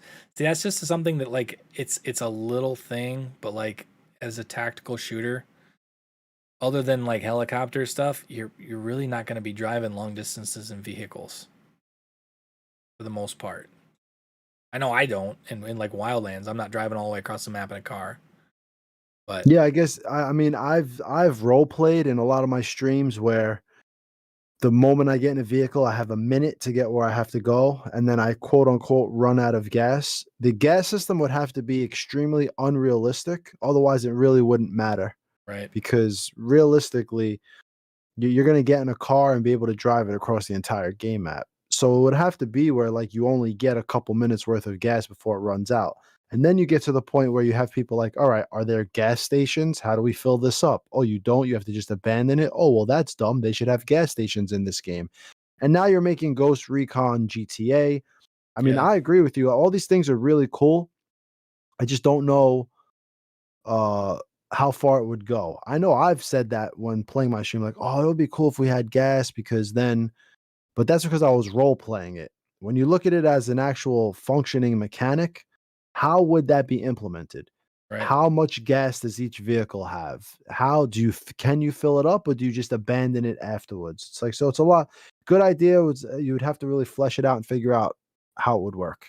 Yep. I saw something here that I wanted to. Bivouac and outpost should be in the Shut next up, Ghost cowboy. Recon. If they're gonna do a bivouac, I feel like it needs to be something where you don't have No, specific no, yeah, spots where you would yeah. set it up. Like you could just kind of set it up out in the open The wherever. bivouac system is just a safe house system. Do it with like I don't I even. was fine with the rally point system in Wildlands. It felt Yeah, more yeah. realistic. And Safe then there houses. wasn't the little campfire smoke Yeah, that was dumb. everywhere. Oh, it looks so Yeah. bad. If you're gonna have a bivouac system, let it be resource based, just like everything we've been discussing. And when you get enough of these resources, or you go out into the world with enough to maybe make 1 or 2, you put down a bivouac, boom, it stays there. And then maybe after a certain amount of in-game time, if you go away from it, maybe it disappears. Like I don't know, they could make some type of bivouac system like that. Maybe you set it up and you break it down, so now you still have that with you and you could put it wherever you want. But as far as what they have now, they basically just have a mechanic. It's probably built into the engine already because it's utilized for Assassin's Creed and Ghost Recon. And they say go plop plop plop plop, and they just plop them down. All right, these are all our fast travels. Yeah. So I mean, I even don't if know if they they want to obviously change that. if they do like a full on open world in the next game, they're gonna have some sort of a fast travel system. Of course. But if they do it, I would prefer it more like the rally points in Wildlands to the bivouacs in Breakpoint. I don't know. That's just me. It's just like it's just a fast travel. Like that's it. That's all it is. And it's Because like just I feel fast like travel. going into the menu and the bivouac and all that stuff, a lot of the mechanics that were inside of the bivouac were unneeded. Like because Yeah, Wildlands, yeah. it was more streamlined. There was an ammo box at every rally point. You walked over to the ammo box, you pressed I, you would able to go No. into your loadout. Rather than go into a bivouac, watch a little cutscene or skip the cutscene, then go to the weapon change and change your weapon from there. It was way faster and more seamless with the ammo box in Yeah. Wildlands. Yes. I look, hey, Sean, I love you, brother. No. No. The currency No. gear system? No. Yeah, no. In-game currency. Now we're really kind of leaning into GTA. Yeah, no. No. No. Maybe, like say, not no currency system, but maybe, for instance, at all rally points, or at maybe you have Well, rally points at each region, and then there's one, like, I don't know what you would call it, like an outpost. no, I think this goes back to what Jay was talking about. I think the currency system itself is, if you have this many cars, you need to go out there, like using Wildlands as an example. If we're going to build a system like this, you need to go out and get the fuel for them. You need to go out and get the resources for your rebels. Like that type of currency system works for me, because then it's like, okay, my rebels need to eat. I need to go attack this convoy to get food for them. Otherwise, my rebel numbers start depleting. And when I Right. call for rebels, 3 of them show up instead of 30. Oh, Yeah. my rebels, okay, they have enough food, but when I called for them, only 3 showed up. Shit, why? I don't have enough fuel. Only 1 car was able to come. Like, I think a system like that works a lot better than something like Breakpoint, where it's, I got scale credits and I'm in a cave and this lady's gonna sell me a freaking, a go-kart that I'm gonna drive around a row. It's gonna spawn outside, or I'm gonna, like, I don't want that type of system in a Ghost Recon game. They could Agreed. definitely flesh out a system that's better, in my Yeah. opinion. Real quick, I know Needless Escape has said this multiple times, but No weapon gear score. physics. Weapon Weapon what? physics. Weapon physics. Okay. I don't know, like, for instance, that would kind of relate to the gear system. So, for instance, you have your LMG, you're going to have different physics compared to an AR. It's going to be heavier. It's going to be a little bit more sluggish. Yeah, that would just be something of, like, the core design of the game on what kind of physics they would want to have with certain weapons stuff. So, Jay Lee. Well, like what Jay said, go to Jay real quick, because this is an important part, because he knows I hate this in Arma, because I think Arma does it too much. Do you guys want, for gunplay, like, let's say you're running a lot, more sway, more inertia, more recoil, more randomness to recoil, depending on the situation of your character? I know for me, Arma does it too much. I hate fighting against my character when my freaking crosshairs going all across the Oh, freaking yeah, that's the same screen. way in DayZ. That's a Bohemia thing. I would, Jay, I'm with you though. I would still implement it, because then it goes back to the discussion we talked about, um, leveling up weapons. You should get better. If you're using the same weapon, you should get better at these specific things, to where it's not as bad. But it Ghost Recon, I wouldn't do it to the lengths of Arma. I run for like 20 seconds in Arma, and my guy is like, the crosshair goes up to the sky and then down to the ground, and it's like, to me it feels a little unrealistic. But I definitely would want something like that in Ghost Recon, because then, like we said, you should be leveling up these systems, these weapon systems, to get better at those types of things that prohibit you from maybe making a good shot after you ran for 20, 30 seconds and you drop to the ground or something like that. Now, who are you going to read next? Like camo. Does camo actually work? So, and then Oh, somebody, what that was. yeah, the Oh, camo see, system, that's something we didn't Sasquatch, talk about. Sasquatch There we did go. the camo system like Metal Gear Solid 3, where the Yes. percentage showing how Yes. camouflaged you are, Yes. and Yes. have it be Yes. I can't believe relatable I to forgot that. relatable to the environment that you are in. So if you're Yes, in a jungle absolutely. camo and you're in like a Inca Camina biome where it's all snow, like, it should be like fully noticeable all the time, because you're in the wrong camo pattern for the region. Yeah. Something like that. And if you're in you're wearing like a, I don't know, like a tropical camo or like a multi-cam camo, and you're in an area where that camo should blend you in well, you should blend in a little bit more with the environment. The enemy should have a harder time seeing you. With that being said, maybe there's a No, not special active camo, like normal camo normal that you camouflage. It's wear. not like an active camo. Yeah. Like, No. if you have jungle camo on and you're in the jungle, the enemy AI should detect you. Let's say they detect you at 100 meters. Maybe now they detect you at 80, like something like that. Yeah. To put it in gameplay terms. Yeah. Oh, what about this is what wasn't discussed. And I think this goes back to modding. So for Ghost Recon Wildlands, we now have a mod where you can play in first and Oh third yeah, I saw person. somebody said first person. Yeah.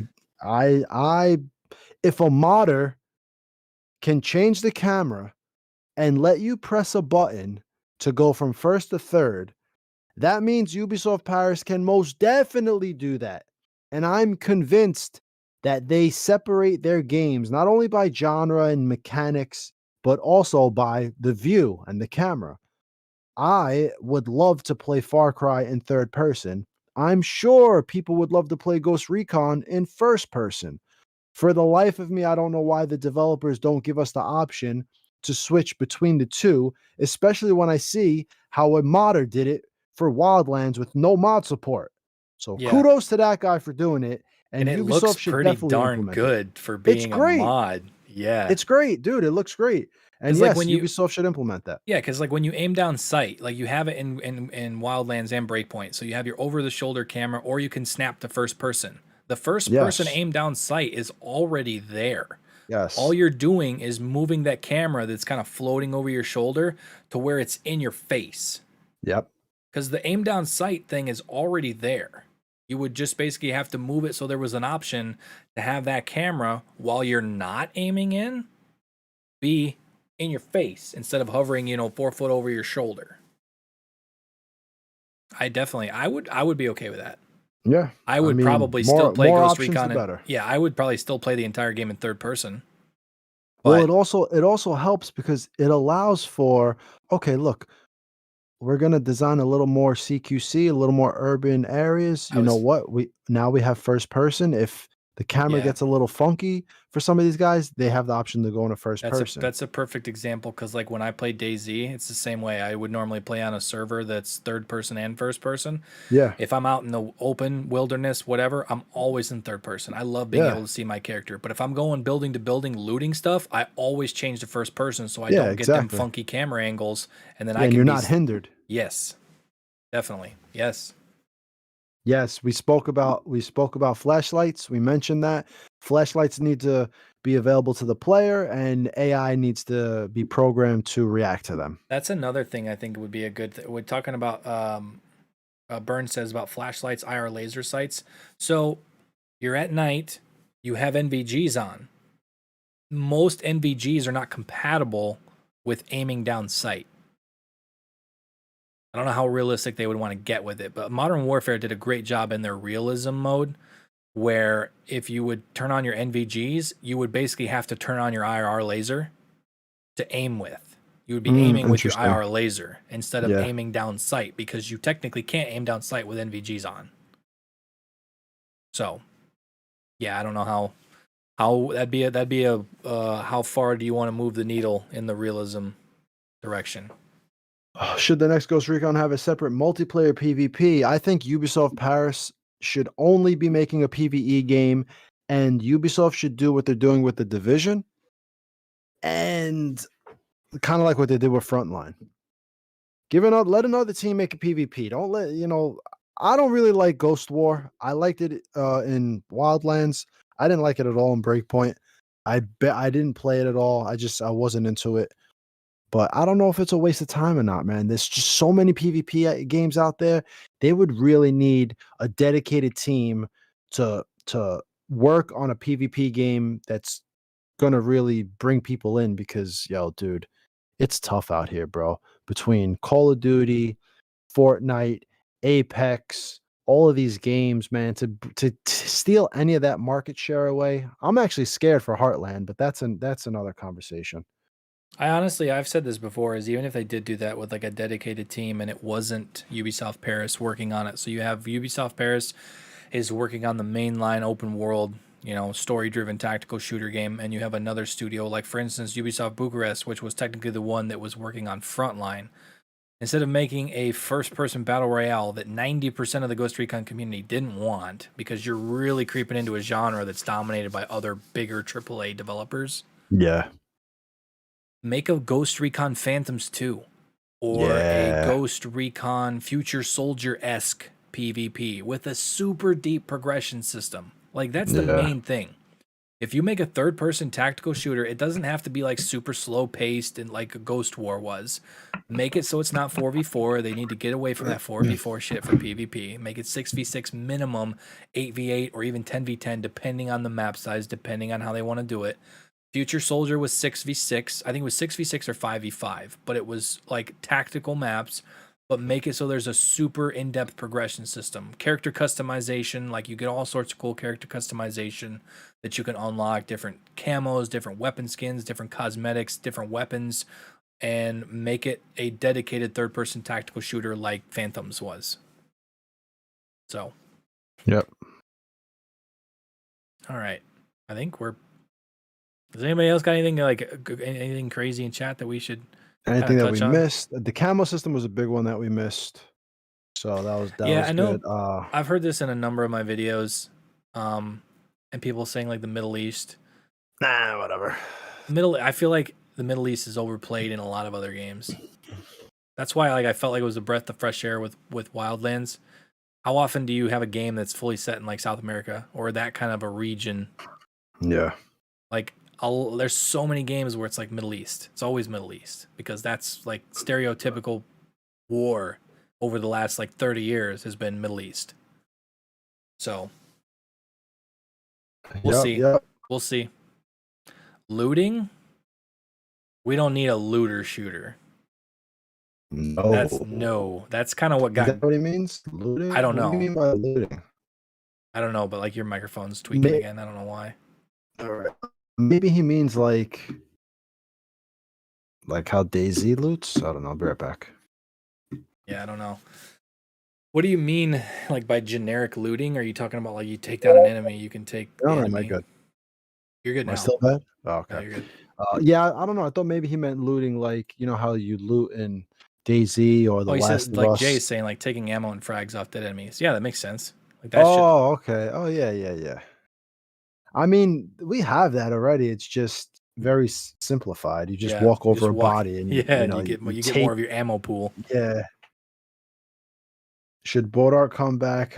Whatever. I feel like Bodark's overplayed at this point. Yeah. I feel like and then that's something we kind of didn't touch on too, is we need a ghost. We need a new ghost team. Whether or not they pull from existing lore, that's up to them. We need a new ghost team. We need to let Nomad retire. Yeah, we need to let Nomad retire. We need a new ghost team. And then we need a new enemy faction that's not something like Bodark was cool, but like Bodark was big in Future Soldier and they brought it back in Breakpoint. Raven's Rock was also brought back in Wildlands and Breakpoint. We need a new enemy. We need a new enemy faction, whether or not, like, you had the wolves that were ex-ghosts. I feel like just the way they were dressed just was a turn-off for me. Like that. You wouldn't wear that. Like the dudes with the capes and shit, like, you wouldn't wear that. Like, it wasn't believable in my opinion. Yeah. If it was like an ex-ghost team where it was like you had to take a second look to not know, like, they looked like ghosts, like actual military, like, all right. But it would have to be a believable enemy as well. It can't be just like the wolves. I don't know. It all depends on what direction they want to go, and you kind of have to have a specific enemy depending on where your location is as well. So, yo, Sean, the games they do have mission replay. It's not a new game. There's no need for new game plus with Ubisoft games because you just select whatever game you want to, whatever mission you want to play. So I guess that's why they don't have a new game plus, because you can just replay any mission you want. I think he kind of, I know that crap. I'm completely the zombie parkour game. I'm completely drawing a blank. Zombie parkour game? Yeah, I know I have it. It's a Dying Light. DayZ? Dying Light. Dying Light has the game plus. Like, for instance, you can play all the way through Dying Light 2, kit out your character, be a badass character, and then start the game over as that badass character, and you can play through the game all over again as your fully optimized character. Yeah. So, I guess that might be kind of what he's talking about, being able to just kind of like restart the campaign, but keep your character, rather than just having to individually go through and like, oh, I want to replay this mission, replay this mission. It basically resets the campaign, but allows you to keep your main character. Yeah, that's what it is. My problem is Ghost Recon being able to identify what mission you are on, but Let's see, they have thermals. Everyone be complaining about spot. See, that'd be kind of cool too. Like for instance, you go into a base that's like a really heavily defended base. You have enemies with thermals. Like, but you would have to. That would be tough because you would have to have a way. And this is like that thing you were talking about, like the voices or whatever, so you could kind of tell there was an enemy flanking you. You would almost have to cosmetically be able to identify a target that has thermal. So like oh, I gotta take this dude out first. Yeah, well, he'd have freaking a big night vision on his face. Right. Yeah, that's true. A handheld map in Far Cry 2. Yeah, we talked about that earlier. Basically, so when you open the TAC map, it is a physical thing, and it doesn't just take you into a menu. Yeah, like the pause button. If there's to be a pause button, it's completely separate from opening inventory, opening your map, your TAC map. Like all that keeps you in game. Yeah. Let's see. Needless. Ghost Recon needs to take more advantage of what the environment offers instead of a full arsenal. That's what I mean by looting. Yeah. But there still has to be some sort of a progression in the game, which is where you're going to get a lot of your stuff. So, no more barrel rolls with all that gear on. You just want realism. See, that's the thing though, is you got to be careful. You don't want to alienate the community of Ghost Recon players that play it as like a basic game, I guess you could say. You don't want, like, we still want a good game. I don't want it to be arcadey, but I also don't want Ghost Recon to be Arma. Well, the barrel roll should have been a slide. I don't know who the hell wanted to put a battle roll in the game. Is that in Breakpoint? Where you press control twice, you press I think crouch twice, and you barrel rolls. Oh yeah, I forgot about that. They should have had the only way you barrel roll in Wildlands is when you like fall and you tuck and roll. No, yeah, not even that. And the funny part is that sometimes if you play with your AI teammates, they actually slide. There's a slide animation in the game. I would love for a modder to be able to find the slide animation and swap it with the barrel animation and see if it works. Yeah. But anyway. Let's see a couple more. Personally, I want them to bring back the survival idea with Break. See, that's it. At its core, it's a tactical shooter, and like I feel like some of the survival stuff. What did you read? Caleb. I want them to bring back the survival idea with Breakpoint, but fleshed out more and more, and focus on enemies being smarter and more dangerous, but less. Well, you know what? That reminds me. Also, we didn't talk about as far as survival. Healing yourself and things like that. Yeah, I would bring that back. I think that's a cool mechanic. But what we forgot to discuss also, we spoke about this the other day. Enemies should pull each other to safety, should heal each other, should heal themselves. Yeah, that's something missing in these games. And Sniper Elite does that pretty well. Yeah, yes, exactly. And since they implemented this healing mechanic, I think moving forward, you have to have enemies do this as well. Yeah, because that's actually one of the cooler mechanics that I didn't realize was in Sniper Elite. So like there was one where I think it was the first time we played together. I sniped somebody. I downed him, but he wasn't dead. And then I went into that building later expecting there to only be one guy, but there was two because there was another enemy that came and healed his AI buddy, and then there was two. Cool. Like, yeah. More gritty and realistic Wildlands.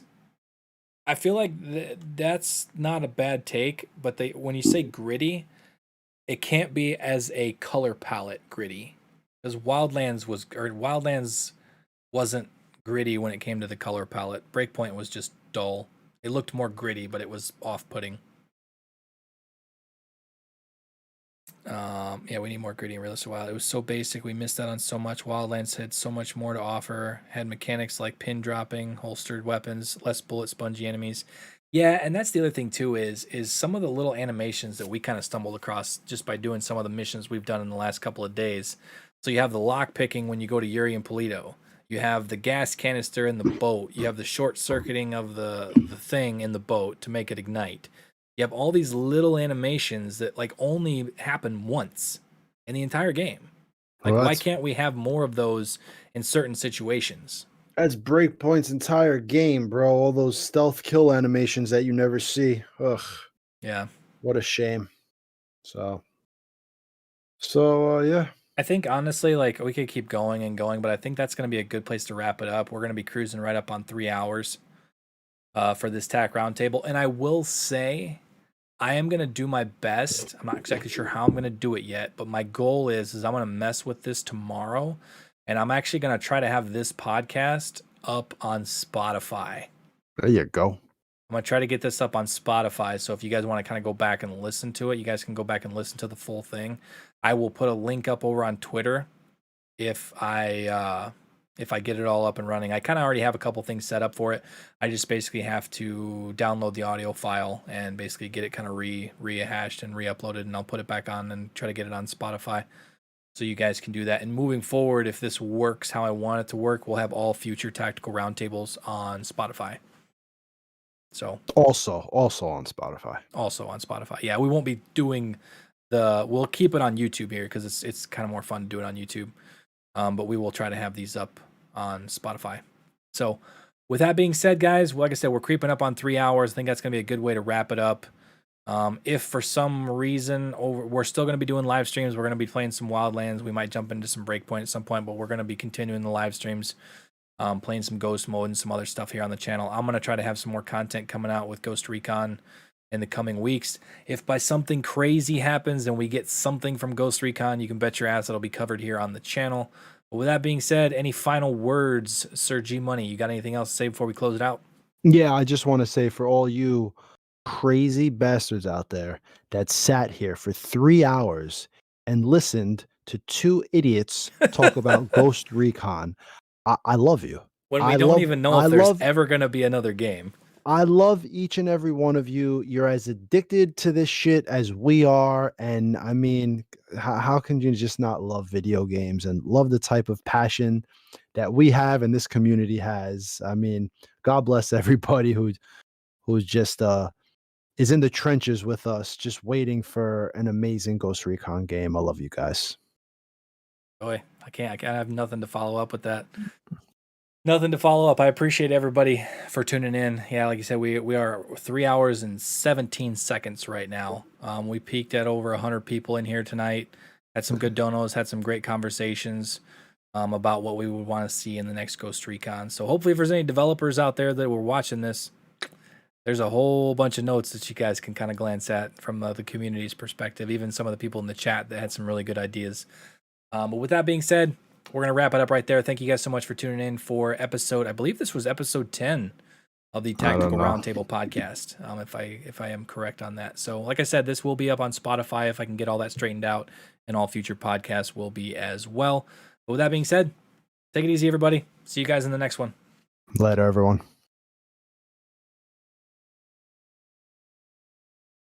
Dude, that worked out perfect.